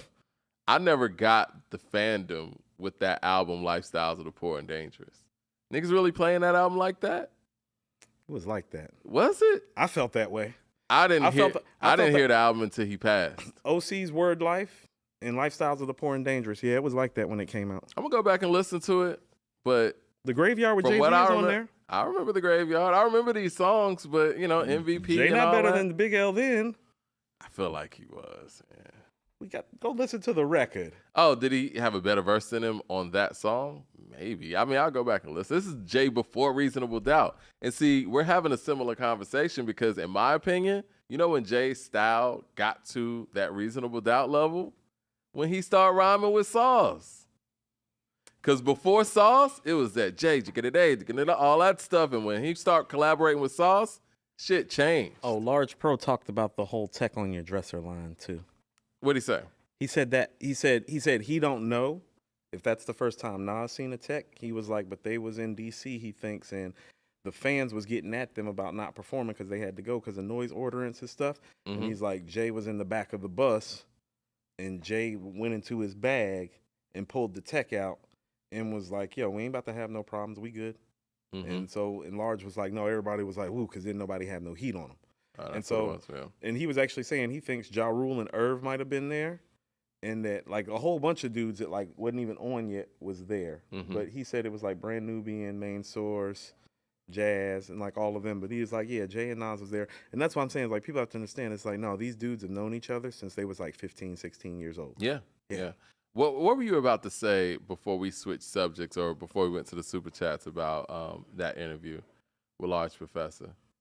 There was something you were about to touch on. Oh, shoot. There was a whole bunch. What are some of the things that come to mind?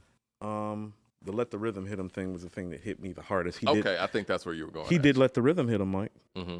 I mean, I've always known that, though. I think I heard different. him say it's different. Well, he's always kind of confirmed it, but there's always been talk. It's like, well, Rakim did those beats, or didn't that happen when Paul C died, or this, that, and the other. Yeah. This is Large Professor being like, And he said this. He's like, Rakim made me more serious because he talked about, I'm the original drink champ. He's talking about how he used to drink heavy and how he was younger and more braggadocious. And he was like, he didn't understand how the industry worked and how the source how to be professional. How to be professional. And also the source told him that some of the stuff that he was saying about Let the Rhythm Hit Him was going to go undisclosed. They ended up disclosing, caused a little bit of riff. It feels more like with Rakim than with Eric B. Yeah. You know what I'm saying? Right. It's like, it's kind of funny when the conversation goes to Rakim and it goes to Nas. It's like, first of all, and I enjoy Drink Champs, but it's like, here's something that I need Nori to understand.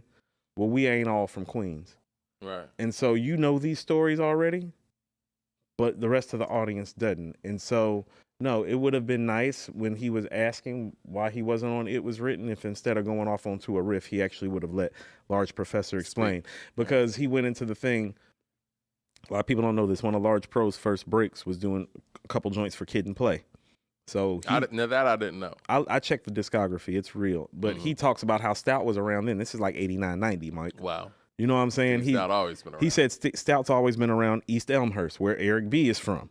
So Stout's been around, but then the conversation veered left and they never got back to it. And I'm like, no, that's important. There's no Large Professor on It Was Written. It would be nice if you would have let him speak enough to find out why. Well, see, that's why we need the interview. We need to fill in the holes. Oh, Mike, you'll love this. You know who popped up about an hour into the interview and ended up sitting next to Large Professor, right? Talib. Oh, Talib. Yeah. What Talib talking about? And M1 from Dead Prez was there. Oh, okay. You know I didn't pay attention to anything Talib said, Mike. Stop that. But he was there. It was cool. But as far as like Large Pro, what I've always heard he did Let the Rhythm Hit Him, Mike. Well, I was going to talk about that though. What I've heard was Paul C was signed on to do Let the Rhythm Hit Him, and you know he had his unfortunate demise where he was murdered. I forgot what the whole situation was, but Large Professor had to step in and basically finish the project. And so in between sessions, that's when Nas was able to kind of come in the studio when, you know, before Rakim actually, you know, showed up to the studio in those sessions. So here's how it would be. Eric B was the one that had the studio time. Okay. The studio they're recording out of ain't far from QB. Right. So Large is tagging along. Large and Ak are like tagging along behind Eric. Akinelli? Yeah, Akinelli are tagging along behind Eric B and Freddie Fox. Okay? Studio set up for the God. Because, you know, it's Rakim in fucking 90, 91. So it's like, well, this studio time's for Rakim. Yeah. Of course it is. And Rakim didn't live close by. And so they was like, when Rakim be there, he be there. But sometimes it'd be like, you know, get to be like 10 o'clock and like, you know, the God wouldn't be there. And it'd be like, okay, God probably not showing tonight. And that's when he was talking about how he used to call Nas's mom. Think about how young Nas is now. He's calling the house. Nas's mom is picking up the phone because Nas is still a teenager. He's like 15, 16 years old. Yeah. And people forget Large Professor just let us know this too. He's only a year older than Nas. Yeah, he's young too. Yeah, so he's young too. And he's like calling Nas's crib at like 2, 3 in the morning to go get the studio time. You know what I'm saying? So Nas. Child prodigies, man. So Nas literally learned his recording process. Can you imagine like going in? And it's like the stuff that you're probably hearing is the stuff that Kool G Rap and Rakim haven't released yet. Yeah. And it's Let the Rhythm Hit Him and Wanted Dead or Alive, Mike. It's literally arguably their 2 best lyrical mic performances. So it's like, well, the MC that he came to be, it's like, well, he came up in the best breeding and grooming grounds that you could ever find. You need that. But here's what was fascinating. You know, on Magic 2, when Nas spits that bar about talking about freestyling with the gods till they face screwed up. Yeah. So you know that him and G-Rap did that. You know what I'm saying? We all know that. Large Pro said that there was a time that him, Nas, and Rakim were in that studio together one time. And he said it was a triad. Now, I take that as like, oh, no. When Nas is talking about spitting bars with the gods till their face screwed up, he's talking about the young version of him being able to rap with a prime G-Rap and a prime Rakim. At 15, 16, 17. Yeah. And Large Pro talking about that moment with him, Rakim, and Nas being in the studio is evidence of that. Because we know the G-Rap thing happened, but he said spitting with the gods. Not the god as in just G-Rap, but spitting with the gods till they face screwed up. Yeah. That means they knew he was coming too. That means at 15, 16, 17, he was already able to rap with them. Yeah. Now, keep in mind, these dudes ain't that much older than him. When he's like 15, 16, 17, these dudes is like 22, 23, 24. Exactly. It ain't like they... But that feels a lot older when you're 16. Yeah, when you're 16 and when you're 16 and your idol's 23. Yeah. KC1 with the super chat says, y'all need to calm down your boy Leroy. He's trying to get invited to one of those Jay-Z cuddle parties. I don't know what y'all are talking about. Party. So, disrespect is high. Hold on. What Leroy talking about in here? But anyway, nah, man, that you need that level of a breeding ground for, artists to become the level that they need to become. I mean, I say this all the time. We talk about, Michael Jackson, and everybody always talk about next Michael Jackson, blah, blah, blah. And I'm like, what you have to understand is he was raised by Motown. There's not a Motown. There's never going to be another Motown. Sammy Davis Jr., it's like, he had babysitters like Sammy Davis Jr., Diana Ross. You're sitting in sessions while Stevie Wonder's making the best music and of Marvin the decade. Gaye. And too. David Ruffin. Exactly. You literally have the best singers, the best songwriters, and entertainers in a house. And what we didn't know, he's sitting back looking at the business moves that a Berry Gordy was making as a child.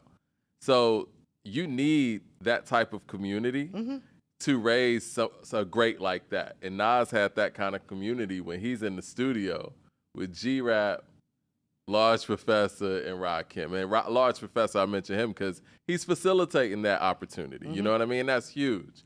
And I wish we had that now. I mean, do we have something like that now to a degree? A breeding ground to create a talent like that? Yeah. I mean, see, this is what I mean. Is like, well, who's Cool G rapping Rakim right now? Then hell no, Mike. I guess this is where I be like Kendrick. Okay. Kendrick and Cole. I mean, I'm just saying. They're not. Who is the next Kendrick? Because I'm just saying, because Kendrick is. Why don't he fix what he done broke? Kendrick's in his late 30s, right? I don't give a damn. So who is the MC that Kendrick is ushering into the game that, could be the next Kendrick? We see Cole doing it with the people that he has, you know what I mean? You got the Earth Gangs, you got the JIDs. You can make a case for those things, right? But with Kendrick, like, who is he ushering in the game? His cousin. He writes for him. I would say allegedly, but there's reference tracks. So. Hey, let me tell you something, Mike. Or let me share something with you, if I may. When I talk about, this is why old heads do have a right to stick to their guns. This is what I mean. Is it, well, look at what Nas got to witness. Yeah. Quality-wise, has a teenager that wanted to partake in this rap sphere. Look at the quality that he came up under. He's literally getting his first studio time while Cool G Rap's making his best album and Rakim's making his best lyrical manifesto. Yeah. That's what I mean about like the actual breeding ground of it is the quality of music. That's why I brought up Michael. And right. around for Marvin and Stevie and the Temptations run and the Supremes run. Yeah, no, that's super important. It is. Now let's go to today. This is what I mean when it's like, well, no, stop giving these artists passes and stop telling them that it's okay just to make hit records and not make great albums, because your inability to make a great album is hurting the breeding ground for those that come after you. You're right. And it's actually hurting you now. Let's look at Lil Baby and Durk right now and what's going on. Now, how many times have I come up on this show and sang Lil Baby's praises? Yeah, a lot. Well, here's the reality of the matter. And this is what I mean. We have to be careful when we say hit record. Well, he got a lot of records that done move units, Mike. Right. So he's made hits. Mike, these songs ain't like that. And these albums aren't like that. And listen, and every time Durk drop a project, I check for it. But here's what really is happening. The people are letting them know, well, we like you as a person. We like your brand.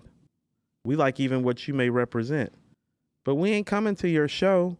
Yeah. Your music's not good enough for that to happen. That's what it feels like. That ain't what it feels like, Mike. That's what it is? That's what it is. It's like, no, they're arguably the two faces of the game right now. Right. And ain't nobody coming to their shows because even their fan base knows them dudes' music ain't like that. I want to play devil's advocate for a second. Hold on. Let me ask you something. Mm-hmm. What song does Lil Baby or Durk have that you know is getting airplay 25 years from now? Because it's not a hit like that and not a classic like that if it's not. And I think too often people now are correlating hits to just streams instead of it actually hitting a fabric of the culture and achieving classic status. I still think Drip Too Hard, it might be Lil Baby's only classic record, Mike. That's a problem. Well, to answer your question, I don't know what airplay looks like 25 years from now. But I don't even mean airplay, Mike. I just mean being outside and like that's what I was telling you when I was on Edgewood and Boulevard last week. No, they were still playing You Owe Me and If I Rule the World. It's like, damn how I feel about the records personally. It's like, it's classic enough that it's still getting played. I'm still hearing it come out of DJ systems at bars. I'm still hearing it come out of cars in Atlanta. Frank Rizzo with the super chat says, "Slow It Down" is the sequel to Meet Joe Black. We all know who he's talking to. This is what I was going to say, though, to play devil's advocate. I think you're talking to everybody. Right, to play devil's advocate.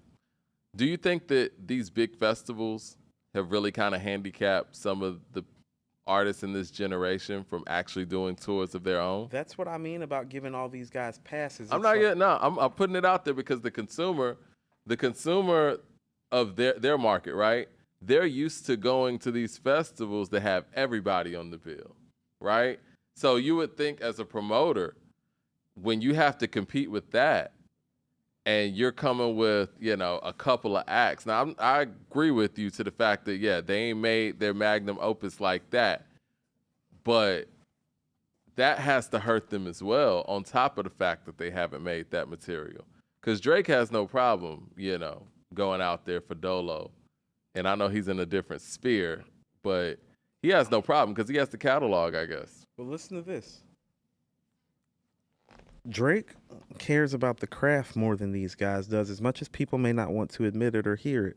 And that's really what I'm speaking to. He's got viable albums in his catalog. He's got viable albums, got viable hits, and viable classic songs. That's what I mean is like, well, the more this goes along, he checks more of these traditional get off my lawn boxes that people say he doesn't check. You're right. Then these guys who really don't check these boxes, Drake checks these boxes. It's like, does Drake have classic albums? Yeah. Does he have classic songs? Yeah. Does he have big hit records? Yeah. Has he won rap battles against high-level competition? He's battle-tested, period, even when he lost. And so even in a loss, but what I'm saying is that that's the type of thing that I can look at and I can tell he gives a shit about his craft. Mm-hmm. As in, he cares about his MC status, his MC skills. It's not just about the money. It's not just about the fame. It's not just about the women. I can tell Drake, even in relationship to the rest of these dudes, just cares more. He competes too. At a high level, Mike. Yep. And so what I'm respectfully asking these guys to do is to step their fucking game up, because they got the fame and stardom has gotten to this generation's head of thinking they're up to snuff as MCs and songs and album makers, and you're not. And somebody needs to stop babying these niggas and tell them, like, for real, just tell them straight up. It's like, nah, fam, I like you, but your shit ain't like that. Do better. LP with the super chat says, Eric B said on Comeback Jack that Nas is why I hit him. I guess let the rhythm hit him was so good. Rakim heard that Nas was doing what he was doing in those sessions, and he told E they need to tighten up. I can believe that. Show 305 time. Shout out to the 305. He says, meanwhile, 50 Cent is doing 99 tour dates worldwide for his Get Rich or Die Trying album. J Level Up with the super chat says, I'll take Nostradamus over any Nas and Hit Boy collabo album. Hit Boy's beats fall short for me. There's a few beats that's all right, but most of them are forgettable in my opinion. Peter Parks to the super chat says, there's no real connection that Lil Baby and Durk have yet with the fans. No, they have a real connection with the fans. That's what I'm saying. More so with the brand and not the music. It's about the brand. It's about them. It's about Lil Baby and Durk being cool. When people talk about them, they don't ever talk about, think about this. When we talk about Jay, what we talk about? Reasonable Doubt, the Black Album, The Blueprint. When we talk about not Illmatic, Stillmatic, it was written. The KD Run.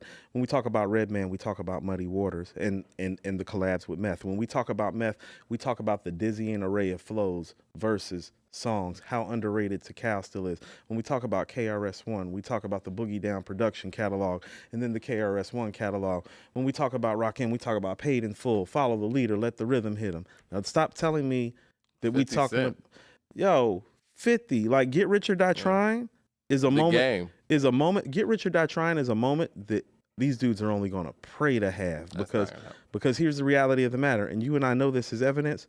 50's hook game alone on Get Rich or Die Trying is epic. Yeah. Damn, the songs, just the hook game is epic. And you gave him beats, and he can rhyme his ass off, and his flow is like that. 50 cared. 50 got blackballed by this industry and came back with a vengeance that nobody has seen. Ever. That dude cares. Yeah. I need dudes to care even at 50 level. That's why it's like you getting on 50 for 8-bar verses. It's like, no.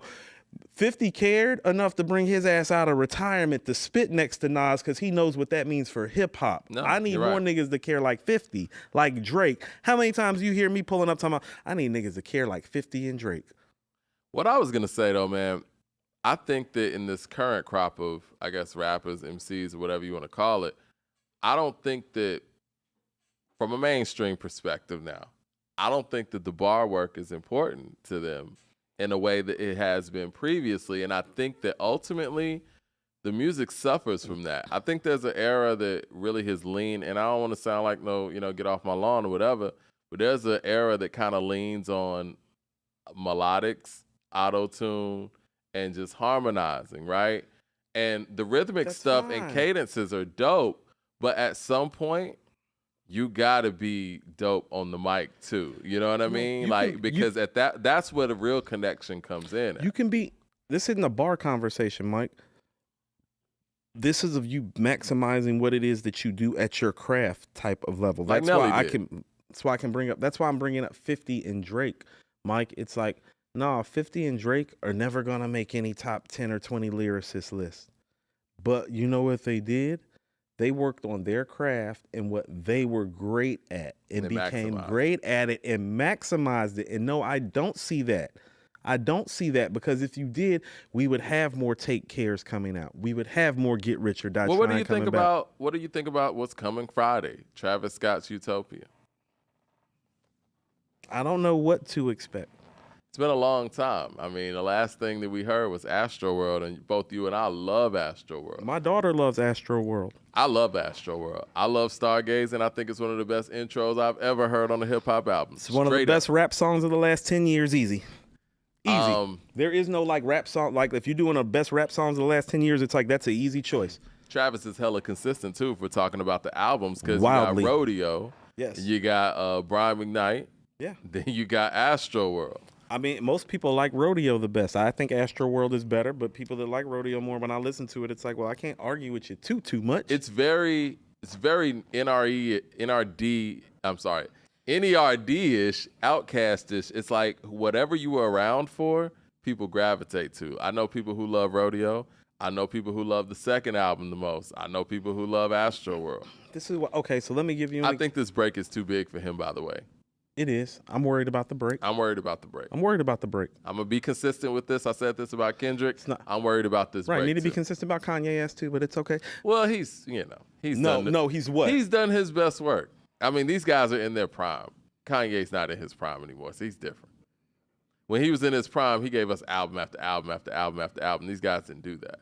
So you are admitting that his prime is over, though? Yeah. Okay. I mean, I would be delusional to say otherwise. Okay. He did College Dropout, and then the next year came with Late Registration, and then in 2 years after that, Graduation. Then he came with 808. And he did Be In Between. Yeah, he did. Yeah, all that stuff. Yeah, and then he did 808s and Heartbreaks, and then he does My Beautiful Dark Twisted Fantasy. There you are, right there. Anything else is extra. You know what I'm saying? That's fair. But these guys though, Travis and Kendrick, they're in their primes, and to do a break like this, I don't know. I hope Utopia is great. I hope we have a great album to talk about on Monday, but I don't know. I don't know. Here's somebody else that's maximized their skill and their talents and why I like them so much. Freddie Gibbs. Yeah. Gibbs has maximized what it is that he does. I can hear it on Bandana. I hear it on Pinata.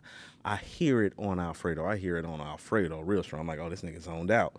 You even hear it on Soul Sold separately. It's like, no, he takes time and puts it into the craft and doesn't make you wait too long either. I got something to say on that. Leah with the super Mike, chat. Pusha T's crafting of bars has never dropped off. I don't care how many bricks he pushed, Mike.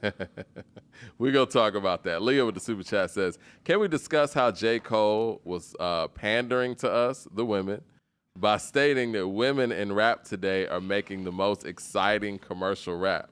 No, he's right about that. He's not pandering to you. He's exciting. He's stating the facts. What's exciting? I mean, all the Ice Spice and Coley Ray shit, and who else? Like, all these chicks are making fucking better fucking singles than these dudes. Like, where you been? Are you talking about singles? Yeah, I mean, that's what she's talking about. Lotto, yeah, Lotto's new shit goes. The most exciting stuff out there? As far as singles are concerned, yeah, these niggas ain't rap. Mike, these niggas ain't make. Mike, name it. I would give outside Corey LeRae outside of Gunna with "Fuck You Mean," ain't none of these dudes even making dope records like the females as far as like release for mass consumption. Ice Spice and Glorilla and all them killing these niggas. I'll give Corey LeRae props for Players. I think that's one of the better songs of the year, period. What's that new Lotto joint called? The new Lotto shit? No, I mean, you don't know it. I mean, it's not that bad. I mean, I don't be watching. I don't be listening. I be hearing the song. Cool. I just don't know the name of the song. You know what I'm saying? You talking about that? I feel like Shawty Low. It's cool. Put it on the floor, yeah. There you go. That shit on the floor is cool. But name a guy that got a record like that out outside of Gunna. That's what I'm saying. Well, see, this is where I was actually. These niggas super weak right now. This is where I was actually gonna go. Super weak. I think what's really the problem from a distribution marketing end, I think that the wrong people in hip hop are being pushed to the forefront. Oh, that's rude. No, I ain't talking about, altogether. I think it's not. Because it's mostly women running it right now. Well, so when you're saying that. I think that's intentional too. But you don't find that to be a little rude and disrespectful? I think that there's not a lot of balance where there could be balance. Because you speak of Freddie Gibbs, there's no reason that Soul separately is not out there in a way of consumption like the Gunna stuff is, or like the Lil Baby stuff is. Like, there's room for more balance for all the stuff that's out there. You know what I'm saying? No, I'm not just talking about the women. I'm just saying, like, from a machine standpoint, the guys and women who are making the more lyrical hip hop music aren't really getting the level of play that some of the people who are doing more of the harmonic, auto-tune-ish stuff are getting. They're just not. No. And so people like a Freddie Gibbs have to go out there and make a record with a certain person to even get some level of a look. I think Conway's going through that, as well. I was about to say Griselda as a whole. Conway's the actual guy, I would say, because I feel like he's tried the most to go out there and diversify what he does from subject matter-wise, sonics. Like, there's no reason that that record with him, JID, and Ludacris doesn't get any play. Yeah, it's no reason. Yeah. But it seems like strategically certain people or are being Chanel pushed Pearls to with Jill Scott. It's crazy. How do these records not get play? And I know we go in on, New York radio for not playing Get Light from Nas or whatever, but it's the same thing with guys like Conway. I'll never forget, Star went on Flex's show and called out Flex saying like, yo, y'all out here playing Glorilla and all that on New York radio and y'all not playing Griselda? I mean, we know New York. It's crazy. I mean, we know. But I'm saying that's a microcosm of what's going on all around. Everybody know that New York radio some busters though, Mike. That ain't like, you know what I'm saying? They've been some busters, But Mike. that's just the radio game in hip hop, period. Like, we've just been from a mainstream level, I think hip hop has definitely been colonized in that sense. But the good thing about it is hip hop comes from the streets and it's always going to be in the streets. So it's out there, but I don't think that what we're seeing as the forefront and the face currently is a true depiction of what's going on, which is different than what it's been like in the past. What we saw in the forefront for the most part in the 90s was a true depiction of what was going on to a degree. You know what I'm saying? Like, Prodigy wasn't on the radio every day, but niggas knew who Prodigy was. Well, Large Professor, I forget either when they were having the conversation with Large Pro and they were having a golden era conversation. Mm-hmm. Talib started talking, so I tuned out, but then I tuned back in when he got done talking. And when he got done talking, they pretty much had a conversation about how, well, in 88, because Talib brought up the 88 thing, And he was like, you know, well, you had your Rock M and your Kane and like your KRS and your G-Rap. He's like, but you had NWA, you had Public Enemy, you had Kid and Play, you had some of everything. But listen, some of everything got equal opportunity. Exactly. That's so the difference. That's what you're because you still have some of everything, right? But they're not getting equal opportunity. Because Leah said this in her super chat. She says Fabulous take on women rap today is correct, but see, Fab was taking on a stance like all women are doing the same thing, and that's not the truth. Like, you know what I mean? Like, there are women who aren't getting the same light as a Sukihana because they're doing something different. I get what he's saying, but like, I'm sorry, like most rappers, male rappers, don't really have the right to tell the women rappers that they're doing the same thing, because you niggas have been spitting the same rhetoric for like 30 years, specifically New York rappers, specifically like New York rappers from Brooklyn. Like, I almost know what I'm going to get from a New York rapper from Brooklyn. So Fab saying that is like totally out of context, in my opinion, because it's like, what did you spend your whole career doing? I mean, I think that's fair from the source, but if we're talking about people who did do everything, right? He's not one of those people, though. I agree, but forget him. Let's just talk about what's being said. Well, he made the statement. I understand, but the statement's the statement, and we'll separate the statement from the person, right? Okay. So let's take on the statement. When you have a Nas, right, or somebody who takes on a vast amount of subject matter, talks about a lot of different things throughout their career, storytelling, you know, you've pretty much seen everything throughout their career based on their lyricism. Same thing with Pac. Same thing with, let's just say, a J. Cole, right? Mm-hmm. Like, from a mainstream standpoint, who would be the female counterpart to that level of a widespread account on a full album? Rhapsody.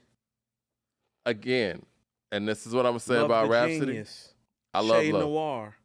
I agree. But they fit in a certain chamber, right? Like, they put them... No, we keep putting them there. No, I'm not just saying we. I'm just talking about, from a marketing standpoint, how the mainstream puts out, you know, women in hip-hop music, right? Rhapsody, like, what are her hits, since we want to talk, you know, hits? No, that's fair. She really doesn't have what exactly. you would call a quote-unquote hit. She's an album maker, but right? I would flip around and tell you, it's like, well, why is the same thing happening to Armani Caesar that's happening to Rhapsody when she doesn't necessarily fit in that box? There is something wrong, and it's not the women. With Armani, do you think she got some hits in her arsenal? I mean, why didn't the Kodak record go? Why didn't the first joint with Benny that Primo did go for New York radio? That's what I'm saying. Armani done did a couple of flips. Is this a whole Griselda thing then? Because none of them really get that.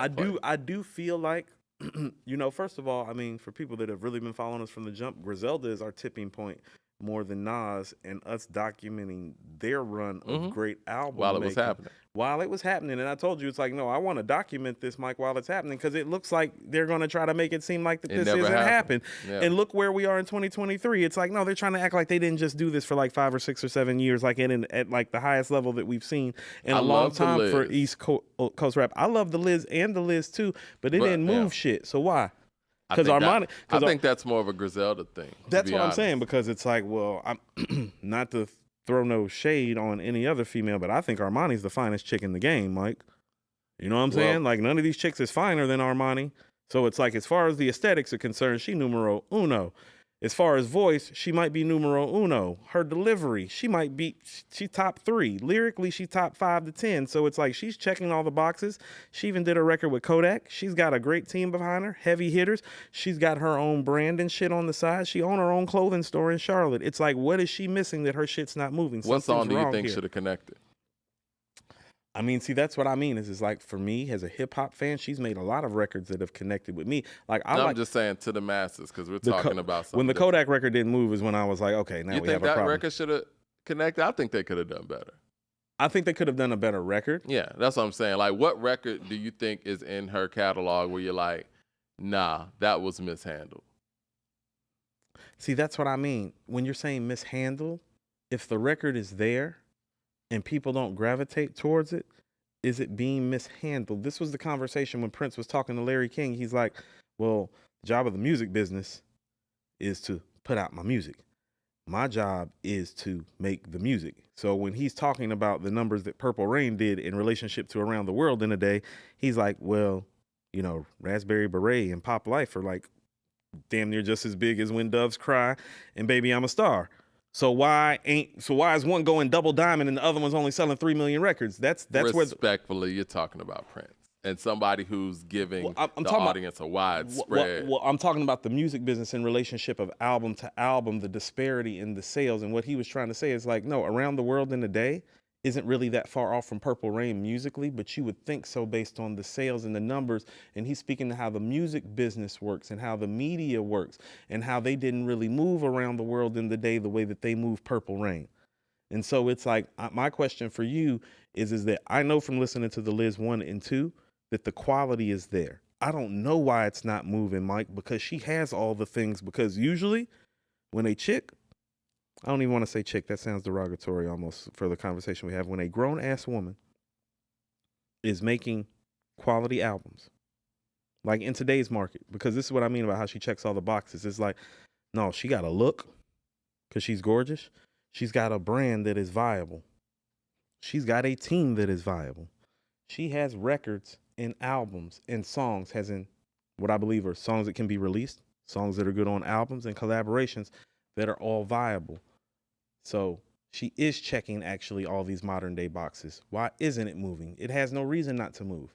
And so there is something going on still with the media in the music business about them picking and choosing their hitters, Mike. Okay.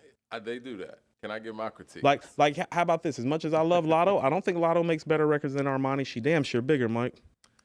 Well, can I give my critique? Yeah, please, right. Please. Well, Lotto is obviously very involved social media-wise, right? Yes. She started on television, so that already gave her a fan base from the jump, right? I think that the reason why she does move, and I think that the aesthetic she takes on is more of a radio-friendly aesthetic in this era. Mm-hmm. It ain't really like, 90s East Coast driven, and I say that respectfully. But I feel like we know a little bit more about Lotto than we do Armani Caesar. I remember we were reviewing both albums. Actually, Lotto gave us a lot. You know what I'm saying? And I think that's one of the things that Armani is probably missing. She doesn't really give us a full balanced take on to get people to buy into her. You know what I mean? You're saying she needs to get more personal? Yeah. I mean, I think that every great artist who, is marketed to people and developing a fan base does that successfully. I always point at Eve, right? I think Eve gave us a balanced take with her first album. She gave you pretty much everything. She gave you like hit records. She gave you stuff like Philly Philly. She gave you stuff like Love is Blind. She gave you all kinds of perspectives. And she gave you posse cuts, all of that stuff. You know what I'm saying? And I think that, to me, that's kind of the blueprint of that balanced overall take for an MC, period. Eve did what DMX was doing as far as like giving you everything, giving you her background, giving you the hit record, giving you the crew, giving you her sound and her take. And I don't think there are a lot of MCs, period, that do that today. And I think with a lot of the women in hip hop, they get thrown into single mode. You know what I'm saying? Fair. Okay, so here's what and don't give you that, like, where's the Love is Blind that we're getting from our, female counterparts? No, that's fair. But so how about this? What does Ice Spice do that Armani doesn't do? That Ice Spice has risen to prominence this fast while Armani's been out making albums and doing guest appearances and has literally had a whole team from hip hop's mecca, quote unquote, New York, even albeit upstate, behind her. You get what I'm saying? She makes you dance. That's what she does. Okay. And she, She sells herself, you know what I mean? How so? Because it's like, here's what I'm saying. When you're talking about get to know the artist, one thing that I always loved about Eve, like from her first single, What You Want, well, Eve is telling you about who she is, even on What You Want. Ice Spice has a hit. No. I get what you're saying, but what is making it a hit? Is it because you can dance to it? I think you can dance to it, and she taps into something trendy. Like, that nigga's a munch. Like, that's a hit. You know what I'm saying? Like, right. Caesar don't have one of those. Like, she got a lot of dope records, but that catchy record that might not, because I think you and I were saying this, or me and somebody else, man, like, I was listening to some of Ice Spice records. I'm like, Munch actually is one of her weaker songs, but it's the one that got her in the door. She dope. I like Ice Spice. That's why I'm using Ice Spice as an example. And so that record got her in the door, and she's kind of able to piggyback off that, whereas Armani doesn't have that one record that people know her for. But that's not what her team does. Exactly. And that's fine. Right. But it's not fine, though. You get what I'm saying? Well, you can't have everything, right? Like, no. You can't have everything, but it's like when I look at Ice Spice and I look at Armani, it's like, I mean, I don't know. It's like, well, Armani's the more beautiful. She's the better MC. She's the better song maker. She's the better album maker. And so you used to be able to survive in this game and still make a name for yourself, even if the other person was a better hit maker and you were better at all the things. And this is what I mean now for like the crop of women, it seems like. It seems like the women who aren't hit makers are being seen like they're just okay, when actually a lot of them are great, and it used to be okay to be great in this space and get recognized. Like a Rah Digga. Like Rah Digga ain't really got no big hit. She don't. But she's still out here touring and performing because Rah Digga is respected for what she brought to this rap community. And it doesn't seem like the women in this age are getting that respect that are doing those things. And that's what's problematic to me about it. Okay. Like, think about this. We got the Genius tape up high this year. Have you heard anybody else talking about the Genius tape except for us? And that's very problematic. And we got to get that interview together. We got to get we've been trying to talk to Love, and it's like signals crossed. I mean, she's busy. We're all busy. But she's super busy, I'm sure. Right. But it's like, no, those are some issues that need to be addressed. And also, too, I do feel like Griselda has made some missteps with Armani. It's like, for me personally, like on the Liz one, it's like Simply Done with Benny is like, that's cool, like for your core audience to just kind of throw out a la Lemon, but they should have really put some push behind Ginger Rothstein, like the record. I think that some real push. In this era with so many women out with hit records in hip hop, I think it puts even more of a pressure for, the Armanis and the Loves to actually have a hit too. You know what I'm saying? Like, but I still think there needs to be a lane for album making. Just like it is for Currency, you know what I mean? Like, do you not think Currency and Freddie ain't got to make hits per se, right? But what I'm saying is, do you not think Ginger Rothstein is a banger, a la, like think about what Freddie did with Too Much with Moneybagg Yo. It's like, you don't think Ginger Rothstein operates at that level that it should get viable play? Because it's like, I do. I think so. So when you saying that she hasn't made a hit, it's like, oh no, I think she done made some hits, and I think maybe the team done dropped the ball, but I also think the media and the marketing and the way the business goes hasn't gravitated towards it like it should. I have questions on why the media hasn't gravitated to Armani. Well, that's what I mean, because it's not like she's lacking anything, Mike. She's got the body, the face, the voice, the bars. I don't know. I guess I wouldn't be the person to answer that. Right. Leroy Green with the $20 super chat showing love. He says, I don't know much about Armani, but if she's playing the gangster role, it's probably harder to sell than Rhapsody did. Rhapsody target underground hip-hop college kids, so she never needed fame to be successful. Cheat code. I mean, Leroy, I understand what you're saying with your Roc Nation hat on, but Rhapsody is signed to Roc Nation. And to be perfectly honest with you guys, as a person who's been covering this hip-hop stuff for like 10 plus years, wasn't nobody talking about Rhapsody until she signed to Roc Nation. So that's the cheat code if you want to talk about the popularity part of it. I mean, and she's always delivered with the music, so I don't want to make it sound like she hasn't. But she's been out here grinding and working and putting out music for 10 years plus now. But until she signed to Roc Nation, nobody was talking about her like that. This is what I mean about people picking and choosing. It's like, well, no, like Griselda done had whole deals with Roc Nation. Yeah. Aftermath, Interscope. It's right. like, no, Shady. They done had the heaviest hitters, float inside of their camp. Something's not connecting. And for me, it's still people are picking, as in the music business, is still picking and choosing who they want to thrive. And so it's easier, in my opinion, to take a Lotto and an Ice Spice who aren't the entrepreneur that Armani is. And therefore will say yes maybe quicker than Armani will, and therefore might get the type of backing that she's not going to get because she's more self-made. I don't know, man. She's more independent. Ice Spice is actually very selective with her deals. No, she partnered up with Nicki. Nicki didn't sign her. So. I like Ice Spice. I'm not saying this like to get it confused, but it's like when I look at what she's doing, do I think she's better than Armani? No. I think when you get a hit, if you're a better hit maker, that's one thing. But I'm going to go back to this. It's like, well, Mike, when we were younger, there was this MC that didn't make hits like the other guy. But I kept telling everybody, it's like, well, that guy don't have to make hits like that because he does everything else better. And look at where we are today. Well, that's a little different. No, it's not different, Mike. It's fundamental. but no. You're fundamentally supposed to be able to still thrive in this climate without being the hit maker. Tupac thrived in this climate before he became a big hit maker. Yeah, but then he became a big hit maker and became colossal. His legend is based on him, being a hit maker and having that album making ability to fall back on. We're just in a hit era, unfortunately. The streaming era is a hit era. But this is what I'm single era. Let me say single. But this is what I'm trying to submit to you, Mike. These records aren't good enough for this to be called a single era or a hit era. The song's not like that, and that's where it's like I don't understand it. That's why I'm saying some of the things that I'm saying. It's like, oh, you calling this a singles or a hits era? I call bullshit, because the reality of the matter is that the album makers that we grew up on are better hit makers than all of these motherfuckers.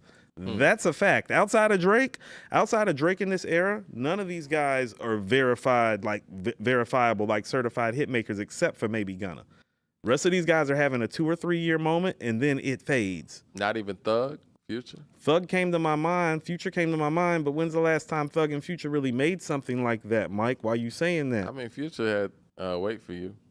That was a hit.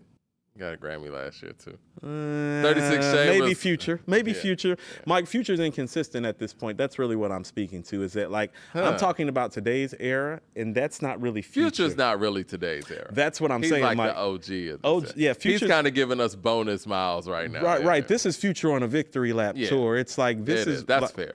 Like, the only person from this era that I feel like is making hits like that is Gunna, Mike. Does Thug count for this era? He's on that borderline, Mike, because you got to think about it. Like, he's a transitional figure. I remember hearing Thug on Peanut Butter and Jelly on T.I.'s The Nick, and I'm like, man, this guy's gonna be a star. Yeah, like that's a while ago, Mike. Yeah, it was a while ago. 36 Chambers with the $20 super chat. Showing love. He says, I think the issue here is fractured nature of the media culture now. It's the fractured nature of the media culture now. It used to be that major artists were forced to everyone so that there was no choice to engage with the artist. Streaming and TikTok culture dictates the trends. It does. I think you kind of put the onus on the fans, and it's kind of like no order to it. And again, I'm not a person that's about church. Yeah, I'm not a person that's about gatekeeping and anything like that, but there are some positives to being able to filter in things, like there's a quality control, no pun intended. There just used to be space for all of them to breathe and thrive. I'm not saying that Ice Spice doesn't deserve her success.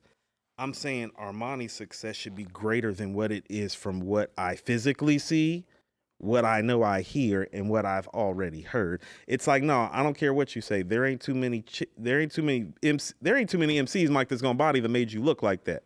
Do you think that Armani is just one hit away? Because I do. I've been saying that about her for 2 albums, but also too, it's just like, how long do you have to be one hit away? In my personal opinion, I know you're probably gonna disagree with me. I think it's more difficult to make a big hit than it is to make a quality album. It's not many people. To make a big hit? Yeah. Give me an example of qualified big hit. This is how we do it. Montel Jordan. Oh, that's different. You know what I'm saying? Like, Munch. It's not easy to do. It seems easy after it's done, but not everybody has a Munch out there. They don't. I think F&F is better than Munch, but that's just me. Man, I don't. I do. I don't know. I can't even understand a word that bitch. Never mind. I can't understand what she's saying on the song. Call King with the super chat says, skin. You gotta show skin to sell these days. Armani show skin. Armani got her own. Armani got her own pretty much bikini and lingerie line. That's what I'm saying. I think you follow her on Instagram. That she models on Instagram, Mike. Coop follows Armani Caesar. You damn right I do. You be a fool not to. Got to follow us back. 36 Chambers with the super follow chat. Armani on Instagram. It's like you following follow him back. Hold on, listen. You following all these, like, all you dudes is out here following these real world prostitutes, and y'all not following Armani, who's actually not a prostitute, but quite frankly, real world Yeah. Girls on Instagram are prostitutes, Mike. Oh And my God. they are. The sexist things that Coop said. No. There's a lot of prostitution going on Instagram. I don't care what anybody says. Those are hoes on Instagram, Mike. When you see about 15 of the same women in the Cosmopolitan Hotel in Las Vegas, what the hell do you think is going on? You think they're all in that hotel doing photo shoots? Like Pimp C said. Get the fuck out of here. Pimping ain't dead, it just moved to the net. That's what I'm saying. But I'm saying this like in all seriousness because I do follow Armani on Instagram. But I started following Armani on Instagram, guess what? About when the Liz came out.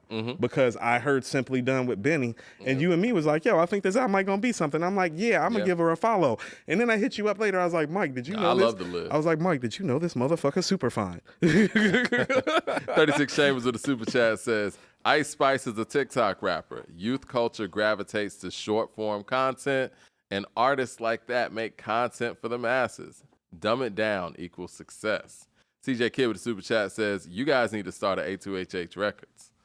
I don't even know what a record label looks like in 2023. I think record labels are pretty much just marketing companies at this point. And I'm not being misogynistic. I'm being very dead ass serious when I'm saying women prostitute themselves on Instagram, nigga. Like, open your eyes and pay attention. You dudes are the dudes that be watching it and looking at it and entertaining it and sliding in these women's DMs. And now niggas want to act like they're all healthy and holy and like that shit ain't going on. That shit going on. Stop being a fucking fool. You can see that shit on Twitter, on Instagram any day. Critical Mass with the super chat says, Armani dark skin, no. The game is colorist. I didn't even want to touch that. I didn't even want to touch that because Glorilla and Ice Spice and Lotto are what, Mike? But what about Megan? Megan's empowering in a way that Armani's not. And I think she could take a page out of Megan's book. Megan, I think, kind of flips the game a la Lil Kim. She gives us a balanced take. She flips the game a la Lil Kim, though. Well, no, she does a good job about talking about the female perspective in a way that's appealing to the women and the men a la Lil Kim. And I'm not sure if Armani does that. But I didn't want to say it because I didn't want to start a colorism debate. But it's like there is some smoke to the fact that it's like when I look at Ice Spice, it's like, I'm like, okay. Well, you think that has something to do with the fact that she has such a catchy song, though? Right, too. But it's like, no, when I look at who's winning right now, which is Glorilla, Ice Spice, Lotto, there is some fair-skinned nature going on. It is. Zuri with the super chat. Because look at how Che Noir and Love look. And Rhapsody. What about, Rhapsody gets props. And even for as beautiful as Armani is, yeah, well, she's my complexion, Mike. And that shit do matter some, in my opinion. I just didn't want to say it. What about Megan, though, you think? Megan's more of an outlier. She's an outlier? Okay. And also, too, I think Megan also came around a lot of time. Megan precedes all of these people in a lot of ways. You know what I'm saying? Yeah, I guess so. There's a little gap in between the game where Megan kind of stepped in because Cardi B ain't never really made no rap album outside of one. And Nicki's best days have kind of been behind her, and Megan kind of stepped in and filled that gap. So some of it is timing when you come into the game that matters too. Zuri with the super chat says Armani is around a crew that has a certain base, and her contemporaries are twerking, making hits, and have the youth. Do you think that the content of her contemporaries and her crew has kind of spilled over to her and limited her fan base, possibly? It's a possibility. Oh, yeah. Mike, people are in the chat saying Glorilla not light skinned. She is compared to me. So, like, get that shit all the way together, like, when y'all be saying that. It's like somebody don't gotta be pale yellow to be light skinned. It's like she not brown skinned. She not this fucking complexion. So, like, stop that bullshit. She not my complexion, Mike. She not. She's not. Right. So she. But you think she's I don't want to get into this color. Right. That's why I didn't want to do the colorism thing because now. Or is she brown skin? Right. That's why. Test. Right. That's why it's like French vanilla butter pecan or chocolate deluxe. Yeah. It ain't vanilla. Right. Yeah. No, I'm not dark, but I'm darker than these women that are fucking getting all the play. That's for damn sure. What I'm trying to say is Armani's my complexion, Mike. Peter Parks with a super chat. Tell me it ain't got shit to do with it. Peter Parks with the super chat says, big hits require that media gets behind it. It's true. Leroy Green with the super chat says, yeah, Mike, I keep Roc Nation hat as a troll to A2HH. But watch the build up before the watch the build up before the connect. Roc Nation is a gas tank, but the car gotta be moving.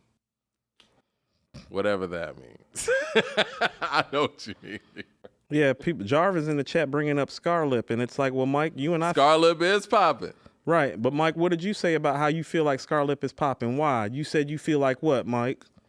I don't remember what I You said you feel like the industry is making Scarlett happen. Yeah, There's I something think the about it that industry- feels like. So when I'm I think speaking, the industry's fucking with Scarlett. so when I'm speaking to the media and the marketing, still controlling who pops and who doesn't. Yeah, I think that they want her to succeed. I think that having her placed with certain key individuals and being pushed to the forefront, yeah, I think there is a concerted effort. But that's marketing though. There's nothing wrong with that. My question would be, why is Scarlett chosen for that push over an Armani Caesar? Because she's from the city. Okay. Right. Okay, so right. So never forget what Armani has to deal with the colorism, not being from New York, and being a woman. Well, not being from one of the 5 boroughs. New York City, yeah. I mean, shit, she might get shitted on if she wasn't from Staten Island. Mike, you seen what they did to Wu-Tang? They really did Wu bad. Leah with the super chat says A2HH should have some guests, females too. Yeah, we're gonna do that. I mean, we're all for it. I mean, we have Mike. This is what I'm saying. So I want people to understand this. Is like, well, whether you agree or disagree with my take or Mike's take on these things, it's like, well, we the only ones that's even forging these conversations about women in hip hop spaces. Yeah. None of these other quote unquote verifiable hip hop guys or podcasts ever even talk about the women at all. Yeah. And so what I don't want people to do is coming up here giving us smoke and calling me misogynistic or talking about at least we're having the fucking conversation, which is better than literally all these other niggas that's too shook to do it. So don't come up here giving us smoke because we're actually willing to have the conversation and take the smoke. That needs to be taken in consideration because nobody is talking about these issues the way that we are. And I be checking other dudes now because apparently other dudes take our shit all the time. Yeah, they not talking like this or about this. So like be very, very mindful when you're coming in here trying to make it seem like me and Mike are like talking about these things. Like, because even with respect to what Jarvis saying, well, Jarvis pulling up in our chat saying it. I don't hear Rap Roundtable having no fucking discussions about no female rappers, Mike. So boom. CJ Kidd with a super chat says Scarlett's backstory seems more marketable with her dark past, like a female DMX backstory wise. Lola Brooks is popular too. That's what Zuri said. Yeah, but what I'm trying to say is that while we're having this conversation, understand we're the only 2 black men in the podcast game right now in hip hop, even having this conversation. Rest of these niggas is shook to have the conversation. So quote that too. Well, yeah, there's a lot of things that people don't want to talk about, and I think the biggest thing for me.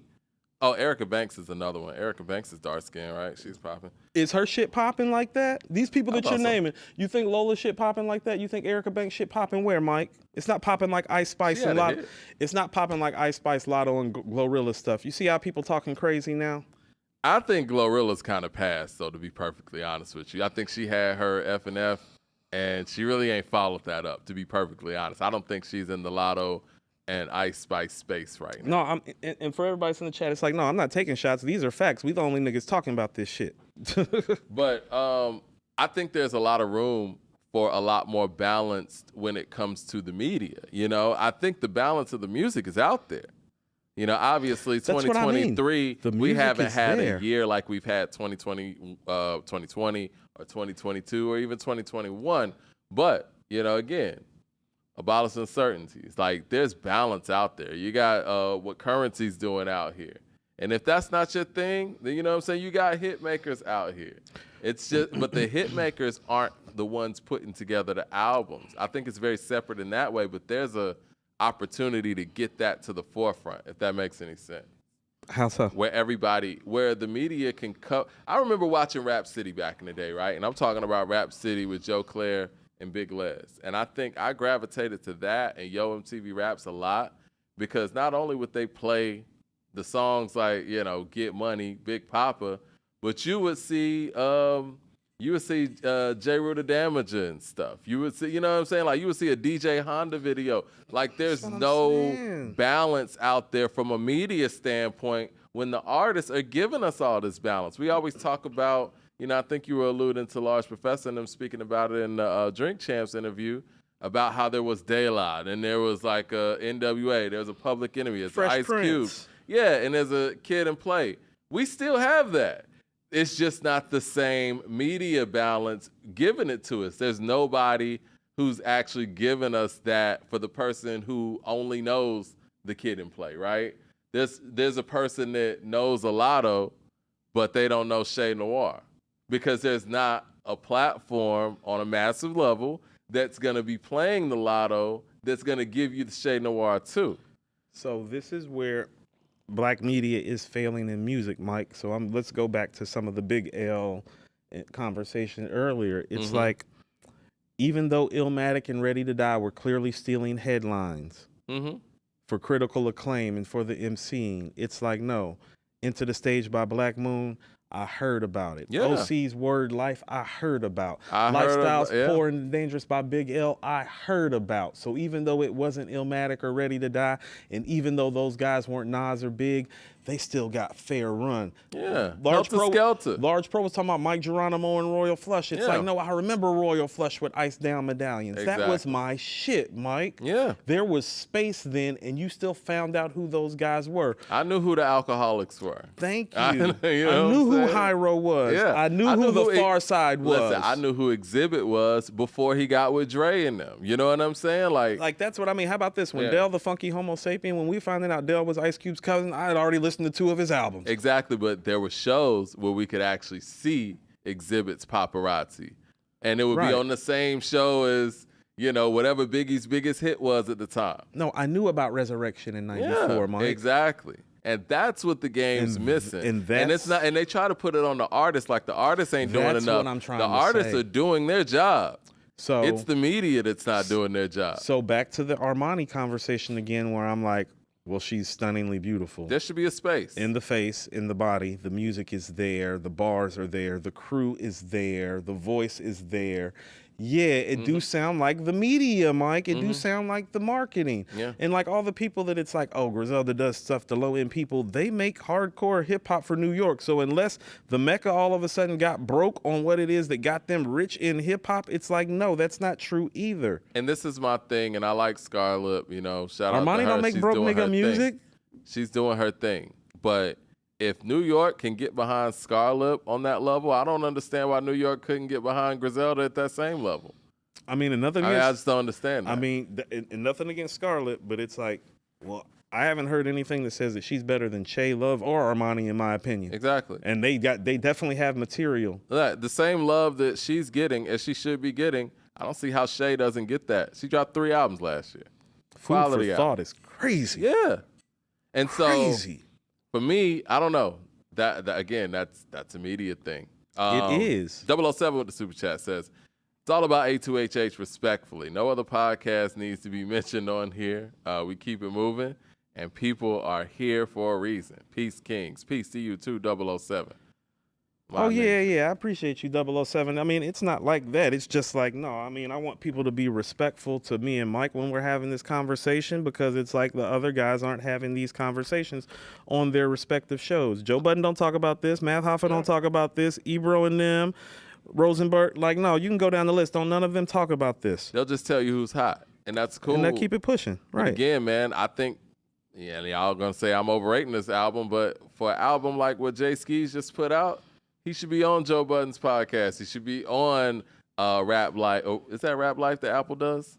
Ebro and them or whatever? Yeah. He should be on those stages. Well, it used to because like you said, it used to be like that. It used to be that if you weren't a quote unquote hit maker and a star, but if you made an album of this quality, well, people need to check this artist out. It's a coming out party. Their album's great. Now we have, and let's just take it back to the women. It's like, Che made 3 dope projects last year. One of them was Album of the Year contender. Love has made an Album of the Year contender this year. Armani's made 2 dope-ass albums. And it's like, ain't nobody from none of these big quote-unquote spaces or any of these smaller spaces outside of us, A, trying to interview these ladies like that, and B, giving them their props like that. It's like, don't make it seem like, because we're forging the conversation, that we're the problem. Well, I want to say this, too. I think Lotto put together a quality album last year, and nobody even talked about that. They talked about the singles. They talked about, we gave it a 4. Yeah, the remix of Mariah Carey, this and that. But I think she made a dope album, and I think that in her interviews that should have been spoken about more. And we talked about that from the fact it's like, no. She got hit records, but she actually made a dope album. We think we have a great career, and we're looking forward to supporting her. You remember when the media used to actually talk to artists about songs that were on the album and they weren't singles? Like, I remember Ghostface going into the basement with Tigger early on in the basement, and he was, I think he was promoting Supreme Clientele. But Tigger was talking to him about his verse on Pete Rock's The Game. You know what I mean? Like, this is somebody else's whole album. It's not even a single. And that's where The Game used to be from a media standpoint. I think that people are blaming the wrong folks here when we talk about hip-hop being dead or not being what it used to be. No, media is not what it used to be. That's the record. The Meth and Mary joint on the list, too. That's what I mean about, well, it's not all on the media. It's like, no, Griselda should have dropped Meth and Mary, too, as soon as the Kodak record didn't move. Okay. You know what I'm saying? Like, as much as I love $100 Hiccup, you know, the joint with Benny and Stove, it's like, well, they already proved on the Liz one that wasn't going to work when they did the Benny joint that didn't push like it should. So that's why I mean, it's not totally on the media, but it's like, no, there's enough material there that something more should have happened than what's happened. Speaking of them, though, why in the hell is New York radio not playing Blow for Blow from Rome Streets? Mike, that shit is crazy. Mike, I don't think you understand. They just, like, they made Pray for Paris. Conway made From a King to a God, like 3 or 4 months after Pray for Paris. Crickets from New York radio on both of those projects. It's criminally insane. No Lemon. And debilitating. No Juvenile Hell. Y'all weren't even playing French Toast with Wale. George Bondo should be eternally on repeat. What about the record that Murder Beats did? George Bondo, Mike, is his New York hip-hop song that I have heard since we've started doing this podcast. George Bondo should pop up on New York radio randomly. Blow for Blow should, too. Much as I love Blow for Blow, it ain't George Bondo. No. But Blow for Blow's crazy. But that's what I'm saying. Like, shout out to Rome Streets, man. And I want somebody to explain to me why Rome Streets ain't getting no spin. 500-pound ounces ain't spinning? It's insane. Are you crazy? Jay Short with the super chat says, New Yorkers don't care about music anymore. They just want to win the popularity contest over Atlanta. Quality be damned. Mike, Vogue cover with Stove. Hell on Earth Part 2 with Conway and Benny. 99 Avarex with AZ and Stove. Y'all not playing these records? Westheimer with Boldy and Sauce. Spoons with Conway. Like, Westside done made so many New York. They made so much. Mike, shit. Elizabeth and Brutus should be eternally getting played. What is it? Gods Don't Bleed. Super Kick Party. Peppers. What are we doing? I'm sorry, man. Conductor should be the hottest nigga out here. Everybody should be getting the beat from Conductor right now. Exactly. Like, and people like, yeah, them Griselda niggas okay. I'm like, oh, okay. Nah, niggas talking about, Nas need to hook up with, whoever. No, put Conductor with Nas right now if you want to be like that. Yeah. Zuri with the super chat. Be like that. Yeah, man. I can't even imagine. The zone Nas is in right now over a Conductor beat. Just one. I mean, you see what the Griselda crew, who are lyrically off the Nas tree of lyricism, are doing to the beats. It's like, what do you think the guy from the tree they fell off of? Yeah, exactly. Dude. Zuri with the super chat says, Joe Budden and his crew have these combos and invite these people on his show. That's how I found out about Lola before she blew. Shout out to them on that.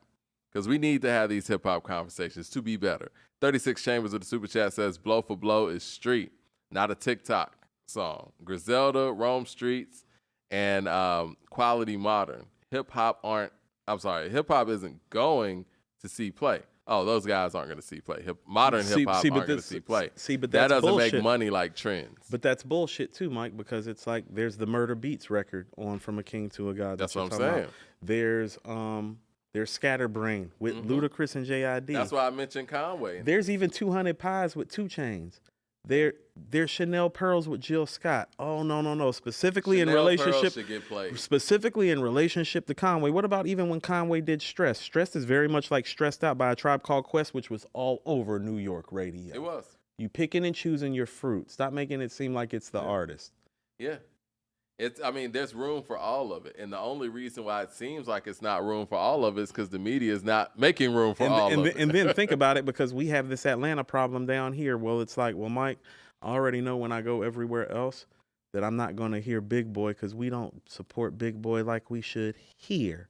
When you say we, you're saying them because we do. We talk about I know, Big you Boy know a who lot. I'm talking about. Yeah. I'm talking about all these lazy ass DJs that we've known our whole lives down here that act like they don't know who the fuck Big Boy is when most of these niggas wouldn't even have a fucking job if Outkast never came out. But neither here nor there. So when him and Sleepy Brown dropped the album, it's ridiculous. They all should have been on it. Criminally insane and absurd. Too. But the same thing applies to Griselda. It's like, well, when these upstate dudes can't even come down a couple hours and get play, when they're making better music than all you niggas in the boroughs anyway. They're making music paying homage to it too.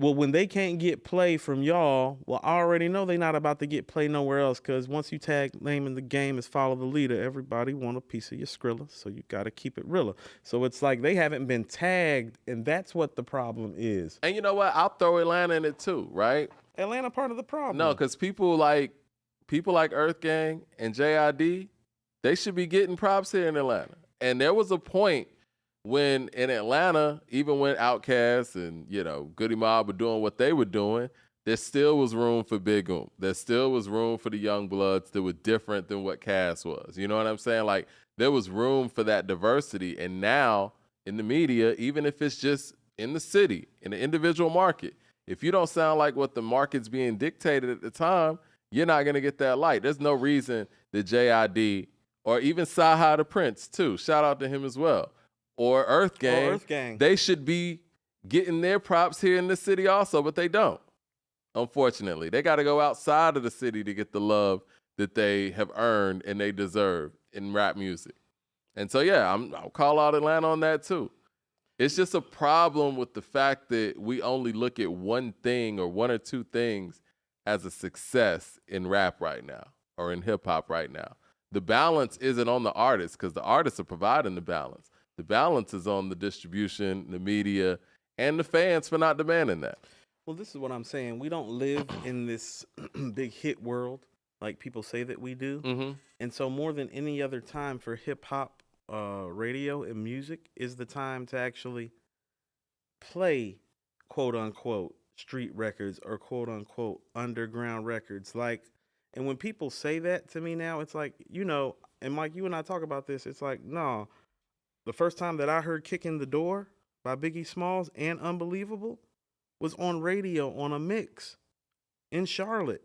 It's like, no, I didn't have to go to no corner store. There wasn't nobody. Exactly. It's like, no. The radio broke Kick in the Door in Charlotte. But you know what? The reason why Kick in the Door was made because they knew that radio would support that as well.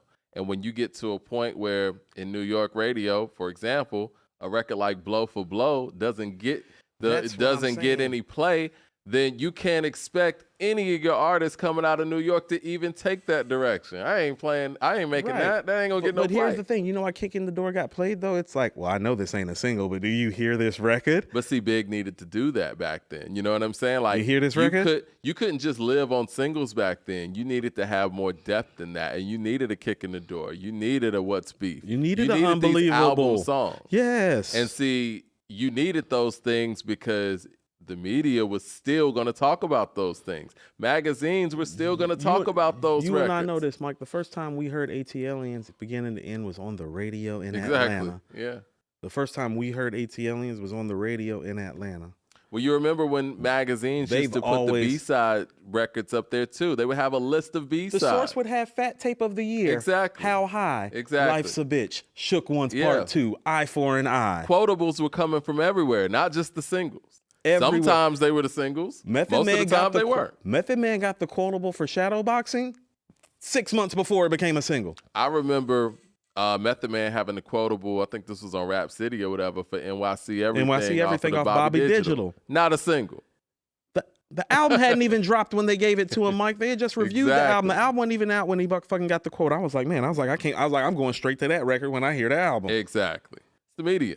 It's the media controlling the narrative. Phenomenal with the super chat says, I'm a New Yorker. New York radio doesn't like New York music. That's a problem.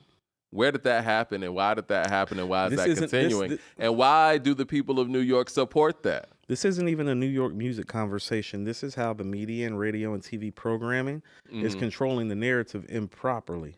But I think people are going to identify with what they see in their individual market. Right. Because again, I say that for Atlanta radio too. There's no reason Earth Gang, JID shouldn't be getting played on Atlanta radio. Like, it's insane. See, but here's what you'll find in Atlanta. Well, we do play, for some reason, outside of Big Boy. It's like, no. We play all the artists from this era. New York is not playing artists from this era that are making the best music, as in Griselda. It's like, no, there is something fundamentally wrong with that. And the fact that people haven't done anything about it, it does speak to some bias about that whole borough thing. I don't care what you say, Mike. We should, when we go to New York, we should randomly hear George Bondo or Brutus on the radio. It's too great not to. Why the fuck wouldn't Brutus be on the radio? Now, for all the smoke I've been giving Pete Rock lately. Incredible record. That's Pete Rock on the beat with Westside Conway and Benny in their peak. It's like, yeah, New York radio should play that randomly. It's insane, man. It's insane. Is the record not good enough? Is there anything that's on Pray for Paris that gets New York radio play? Because Pray for Paris is excellent. Why isn't French Toast? At least French Toast, Mike. Yeah. At least. Rosie Rose with the super chat says, the 90s was about individuality and the art / better MC. New York radio is filled with DJs who lack music, hip hop history. The media / radio plays low quality. But again, that's not because there's not any quality out there. There's quality out there to play. We're naming all the stuff. Right. Even I see. Why is this happening? I see New York people in the chat trying to tell us how Atlanta radio run. When we do that, they be like, well, you're not up here. It's like, don't tell me how Atlanta radio work and what we playing, fam. What are they saying how Atlanta radio? Talking about how we just play what's hot. It's like, nah, that ain't necessarily true. That goes for everybody. Then, that's how top 40 playlists work. Hello. That's what I'm saying. It's like, no, everybody's playing that game. Like down here, we still, how about this? Like the Nutty 21 record. Oh, no. That's circulating down here. We still support our own like that. They're not playing the Nutty 21 record up. Let me tell you a quick story. I was driving around, I think it was Saturday or whatnot, and I randomly had on one of these old school radio stations on the radio while we was on the freeway. And I heard Trans DF Express. I'm like, what the fuck is going on? And anyway, it was a countdown that they were having. It was like top 10 Dungeon Family affiliate songs or whatever. They're playing Witch Doctor Holiday. They're playing Slim Cutter Calhoun's It's okay. And I'm like, what's stopping an old school hip hop station from doing this all the time? Because you have a wealth of material that you could be playing all the time, but you choose to play the same records over and over. Right. What's really going on here? I'm going to give some game real quick. If somebody wants to start a radio station and really get people's ears perked up and really get some ratings, go out there and play some different shit. You got a whole lot of stuff to choose from. Have a radio station where you're like, yo, I fuck with this station because they played blow for blow. They played something that was outside of the normal rotation. But nobody's going to do that because everybody's on the same program. I bet you that shit's still going on. That's what it is. Hold on. I know one place where I bet you that's still not happening, though, and that is California, Mike. I bet you, like, California. Shout out to Cali on that. Cali has their top 40 list like everybody else. Oh, no, you going to hear Cali niggas in Cali. Cali supports Cali. You going to hear Cali niggas in Cali. You going to hear Nip. You going to hear Easy. You going to hear Cube. You going to hear Snoop. You going to hear Dre. You going to hear 40. You going to hear Short. You are going to hear them all before Does Oakland the do that day too? is done. Does the Bay do that too? When I was up there one time, they might even be more local than SoCal is in terms of how they disperse the music, because I didn't hear as much LA shit up in NoCal as I heard NoCal shit in SoCal. Zuri with the super chat says, Jay Short acts like one of those dudes from the South, Gip, who have an insecurity and inferiority complex and hate towards New York. It's one-sided, especially in 2023. No, so Gip does not have a complex. Gip just loves the South, man. Right. And should be partial and he to lived home. it, and he stands on what he said. Oh, see, that's why I'm saying it's okay when New Yorkers are partial to home, but not when ATLians are. It's like, no, it don't work that way, fam. Yo, it's crazy. Jay Short brought up the Bay. I didn't even see that. Jay Short with the super chat says the Bay Area always has supported their artists. No matter the age, industry radio doesn't want older artists shining, giving game to younger artists. See, but that still doesn't explain that whole Armani, Che, and Love thing, though, because they're not old. And they're not men, and they don't do traditional male hip hop. Well, because they're women. So I think that explains the fact that there's just not a lane for the currencies. Freddie Gibbs, who's the other person I was going to mention? Currency, Freddie Gibbs, Conway, Conway. They're in those lanes. Pusha's not. Pusha's because Pusha's grandfathered in. Exactly. He's from another era. So he's era. slightly different because he's from another era and he's connected to Pharrell. So and Kanye. And Kanye. So he's a little different. Yeah, and he's made hit singles. Yeah. And classic albums. And he's been on some hits too. So he's a little different. I don't think they have the same plight. I think that, and I've said this before, I feel like Armani is one featured verse away from gaining a whole new audience. But why ain't nobody gave her this? Industry shit. It's very, to me, she's one Foxy Brown, I Shot Ya verse away from getting a whole new fan base. I agree. Or a No Time type of like hit record away from it being like a whole nother thing. You remember when I first told you about, when I heard Armani Caesar? We were listening to which West Side album was that? It's Fly God 2. Yeah, Fly God 2. And I heard her appearance on there. I was like, yo, shorty was on there. It's fire. One verse will get you. You were texting me about it because you were further along in the album. You like, have you listened to this West Side yet? I like her. I was like, I'm about to cut it on right now. I think when I started it, you were already like on track 4. So by the time you got to the Armani joint, you were texting me like, Coop, whoever this chick West Side got spitting on this record, this motherfucker's fire. You said that after one verse. Yeah, same thing with Skis and Love.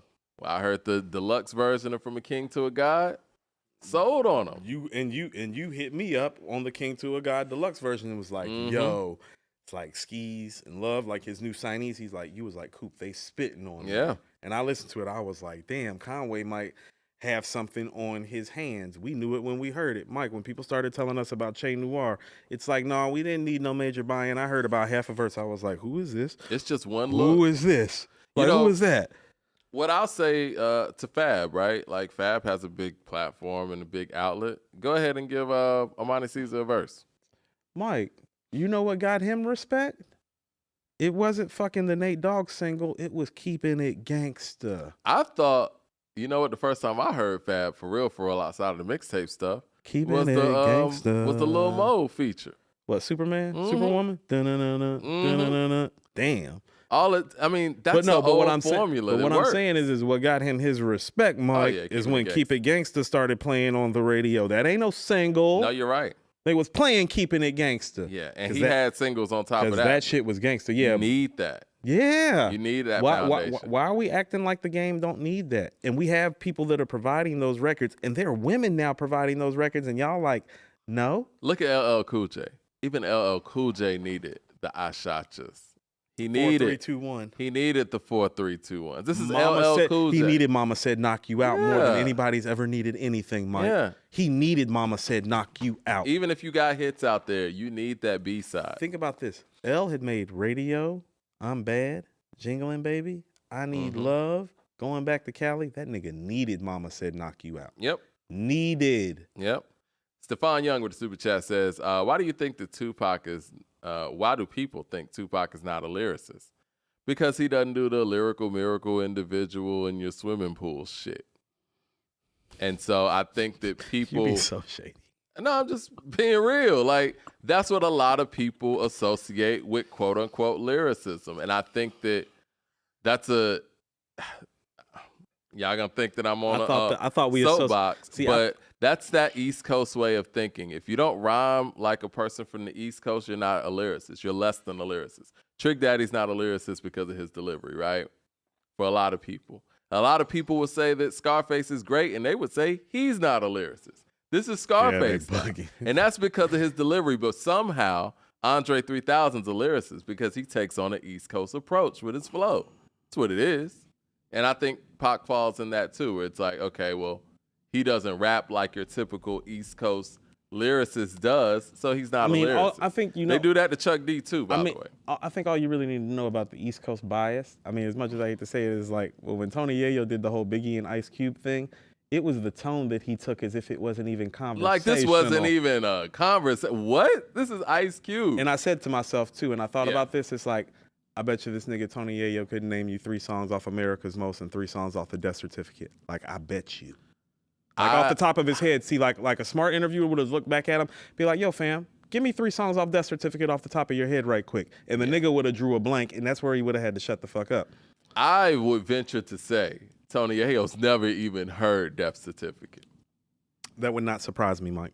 I not from beginning to end. I mean, like you said, to be that ignorant. Yeah, ignorance is the word. I was gonna say arrogant. To act like this isn't even a conversation makes me feel like you've never even heard the album. No, that's where the ignorance come in, because the comment was so arrogant. It was apparent to me that he wasn't familiar with Ice Cube's catalog, and that's where the ignorance comes in. It's like, no, you know Biggie's catalog inside and out, but you don't know Ice Cube's. That makes the statement ignorant. Yeah, because he was quoting all of the Biggie stuff. Like, right? It's like when, like, here's you gotta be able to quote both. And a lot of people can say whatever they want about me and this Eminem stuff. I'm able to quote his shit. I know his shit. You are. You know what I'm saying? I'll give you that. No, Mike, you have spit more of his rhymes on this show than I have, and I'll give you that. So, you know, you got to be able to know both sides. But also, too, when your way of sticking up for Biggie is to start off with today's agenda, got the suit. I was like, that's where you went? It's like, yeah, I don't even know how much you know your big stuff, fam. It's like, that's where you went? $20 super chat for 36 Chambers showing love over here. He says, we talking like radio play is a dominant form of music consumption in 2023. Playlists on Spotify, Apple Music, Tidal, and YouTube are the new radio. And beats those numbers 10,000 to 1 for listeners. Radio is for casual listeners. It is. But still, I think that's the issue still, 36. I think that there's not, how do I say it? The curators are continuing to build. I don't think we have curators that are on the level of where massive media once was. You know what I'm saying? The curators are bigger than radio now, but they're not bigger than radio, if that makes any sense. Who are the curators to you? So when you're saying, give me a couple of examples of, outside of us, give us an example of some curators that are more well known than us.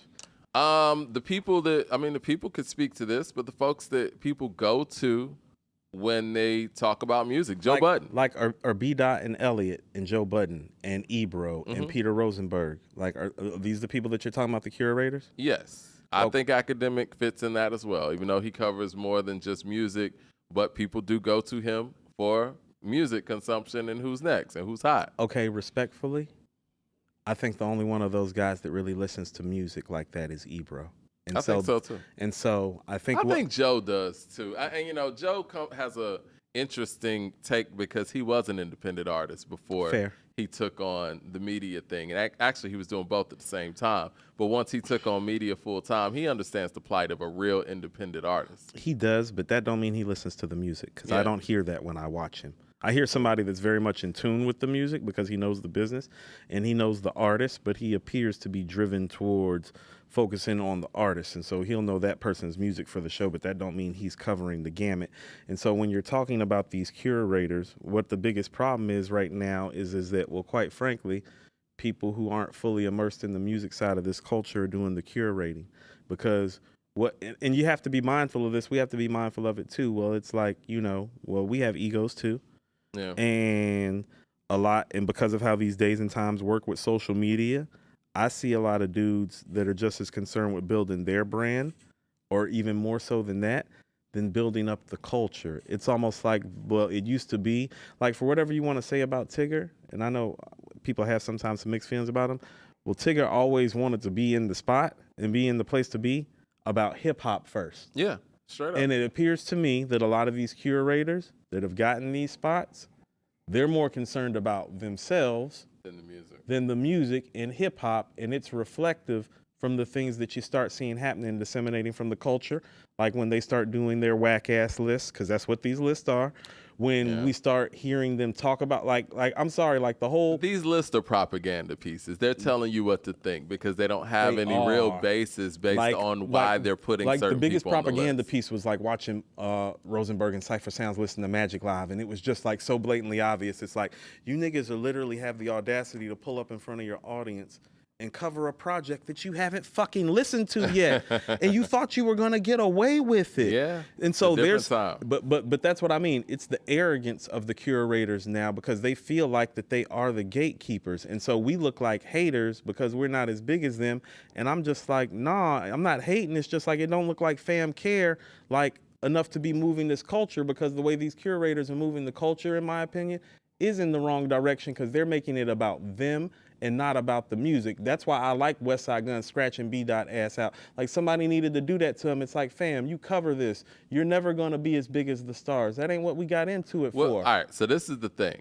Stop trying to be a rap nigga. I think for a lot of the people you're speaking about, they come from a time where the machine was able to make them, I guess, the influence of the curator or whatnot, and they didn't build it from the ground. Like, you know, like how you and I did this show. People gravitated to us based on our conversations, right? Right. And it was organic. Right. So once that machine goes away, they realize that their word is only as good as the machine that they're connected to. Right. And so they can't deal with that. And so they just... It's the shock value bullshit, right? Instead of actually being rooted in the culture. Yeah. Well, that would be the problem. So when people are talking about Griselda, it's like, no, Griselda not moving because you got people like B. Dot that want to take pictures next to the niggas, but don't really want to come out here and support them, like with his word and with his name. You feel me? Yeah, we got to get up out of here in a second. Let me get to these super chats. Leroy Green with the super chat says, Mike, you got to give radio the kind of radio music that they play to sell to casuals. That's not going to change. Tana Talks 3 isn't going to get any play. That's fine, guys. And I'm not talking about getting played in rush hour in the middle of the day, but there used to be slots where the Tana Talk 3 would get played. There used to be a time of the night where I knew that, you know what, they might play Shadowbox in the night. Let's go back to 97 Hove right quick. Mike. The B-sides and the street shit on Volume 1 was so great. It kept him alive. It kept him alive, but in Charlotte, listen to what I'm saying. In Charlotte, when Volume 1 came out, I heard the street shit more than I heard the singles. Of course, because you're going to hear the quality. I heard Where I'm From, Imaginary Players, Streets is Watching, A Million and One Question. Didn't hear no damn The City Is Mine, because the people that decided, it's like, no, that's your single. That's your single. Yep. That's your shit. So every mixtape or everything that I picked up that had Jay on it, I ain't see no damn Sunshine. I ain't see no The City Is Mine. I ain't even see Who You With, Mike. It was Where I'm From, You Must Love Me. Yeah. Streets is Watching, A Million and One Questions, Imaginary Players. I wish Jay would have listened to the people where You Don't Know, man. That's why when he was like, your single is 99 cents. Mine was $4. Yeah. Jay Short with the super chat says, Coop, if Shay and Armani are shining like that, going to be proof money can be made outside of the system. Oh, he said it's going to be proof that money can be made outside the system. They aren't going to promote that. I have a whole story about that. That kind of deconstructs the whole system if certain people get in and succeed. Now you have to redo your lack of quality in this artist that you have over here. Now this other artist has to step up because you gave, let's just say, Alfredo adequate play. And it has a cult following like, let's just say, Liquid Swords-ish. See, that's what I mean. How about this? Liquid Swords has no viable singles on it. Zero. Yep. Stop trying to tell me Fourth Chamber and Shadowboxing are singles. They're not. Labels is not a single. Nope. Liquid Swords is not a fucking single. Nope. You know why that album gets talked about the way that it is? Because it's great music. We all knew it when we heard it. Mike, I hate to be the one to break it to people. Glaciers of Ice ain't no big hit record. Incarcerated Scarfaces ain't no big hit record. Yep. Criminology ain't no big hit record. Ice Cream's the hit on there. Ice Cream's a hit record. Yeah. Mike, That's it. Mike, I hate to be the one to break it to people. Guess what? Brooklyn Zoo wasn't a big hit record. It wasn't? I thought Brooklyn Zoo. Shimmy Shimmy Ya was, not Brooklyn Zoo. I remember Brooklyn Zoo getting #1 on Rap City, but it was Rap City. So hold on. See, you're talking about Rap City. I'm talking about is the shit a hit? Yeah. Shimmy Shimmy Ya was a hit. Brooklyn Zoo didn't hit like that. Bring the Pain wasn't a hit like that. I'll Be There For You was. That's Release Your Delf was not a hit like that. It wasn't. Okay? Yeah. So stop making it seem like that this shit ain't been going on and that artists can't thrive and survive off making records like that. It's the support from the media. because the fans will fuck with it. You know what I'm I saying? hate to be the one to break it to you. The person we talk about on here the most, Mike, it ain't hard to tell. The World Is Yours and One Love, them is not big hit records. No, they're not. And that's why Illmatic didn't sell like Ready to Die. Might beat up, but when people talk about Illmatic, it's the best rap album I ever heard. Let me go ahead and get it don't got no hits on it though, Mike. How can it be the best rap album ever without no hits? Because the songs are like that. And when quality is there, hip hop traditionally in my generation supported it. And all I'm saying is I'm watching quality not getting supported. Let's go to modern day time. Mike, there is no fucking reason that multiple records off of Alfredo shouldn't have been played. Like Scotty Beam should have been playing somewhere. That's a great beat. It's a great. You got Rick Ross. No, that shit should have been played. The shit with Tyler. Yeah. Yeah. Yeah. Max with the shit, I just lost it, man. If it's Mad Max, we'll be all right. It's not Mad Max. It's another Max. Okay, we should try to find it. Jay Short with the super chat says, y'all calling me and Cali insecure when you got NY artists out here saying The Chronic isn't a classic or laughing at Cube being top 10. Hilarious. Facts. M Phenomenal with the super chat says, there is a Southern bias as well. And how does that work exactly?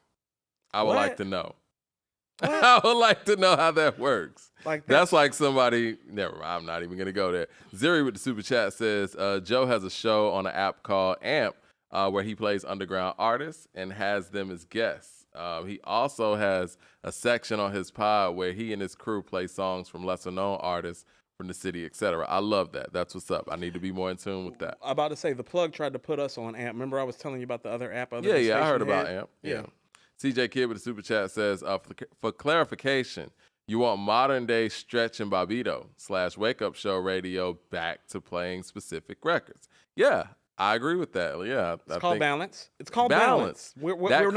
If you have two guys out there who would have a Stretch and Bobbito type of show right now, those guys would get everything. If people like Rome Streets, Shade Noir, Jay Skis, Love knew that there was somebody that had an audience that they could go to and get their records played, yes, it would actually be successful. Yes. And for the people who go out there and start that based on this idea, I would love to be a guest on your show, man. Let them know that I gave you game. Like there used to be DJs and radio people, Mike, in every major city that if you made good hip hop, you could go there and hand them your shit and it would get played, Mike. Yeah. It's not that complicated. I told you the first time. You and I should have a show. The first time I heard Unbelievable, Mike, was on the radio, not on Ready to Die. Yeah. Because somebody in Charlotte radio heard Unbelievable and was like, I'm playing this. It's Biggie. Why not? We ain't playing Big Papa tonight. Exactly. Boom, boom, boom. All right, well, let's get up out of here, man. We kind of didn't cover any of the stuff that we said we were going to cover, but we had a great conversation. It was necessary. I feel like we had a more necessary conversation than just talking about. Let's wrap up right quick. How is Magic 2 holding up for you? Is it the album of the year? I think so. It sounds better each time I hear it. It does. Like I said, my only thing would be this and the Skis album. I think that I'm okay with putting this over that, but those are my two discrepancies. After a few more listens, I do think that is album of the year. I got it over Michael though. After a few more listens, I do agree. It grows on you crazy. And I think the thing about it that really standing out, like I've been saying, is like, man, the production of this album, when you step in the whip, I can't remember a Nas project where I put it in the whip and I was like, yo, the bounce is crazy on these records. Yeah. Like record to record. I didn't want to say it because it was Monday and I didn't want to talk about the other guy too much.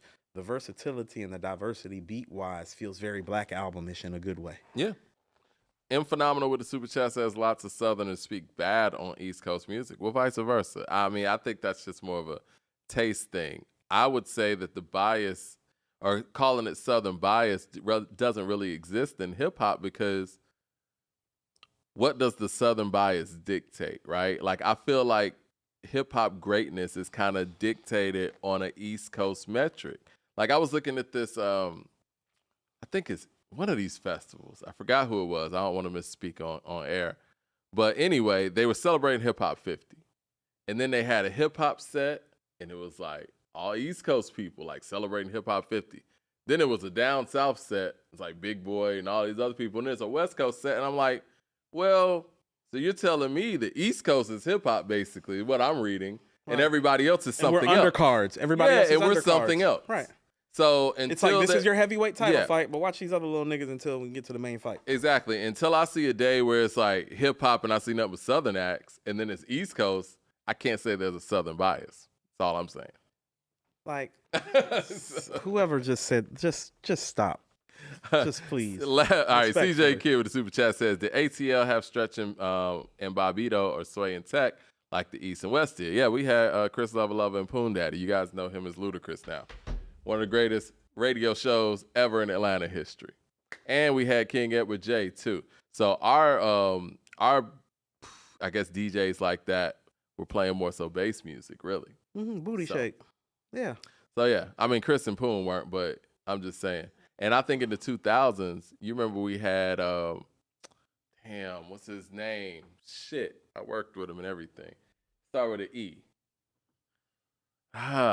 Empress Cersei? Not Empress Cersei. It was anyway, it'll come to me in a minute, but he had a late night show and he used to play like a whole lot of Rockefeller stuff that wasn't out yet. And Greg Street used to drop all types of bombs on New York shit. And so and then we had Gangsta Grill Radio at one point. Jermaine Dupri had So Def Radio that came on once a week. Used to drop bombs. That was one of the first times I heard Kanye West on the radio. He came in there with Talib. Mike, first time I heard Who You With by Jay-Z on Atlanta radio. Yeah.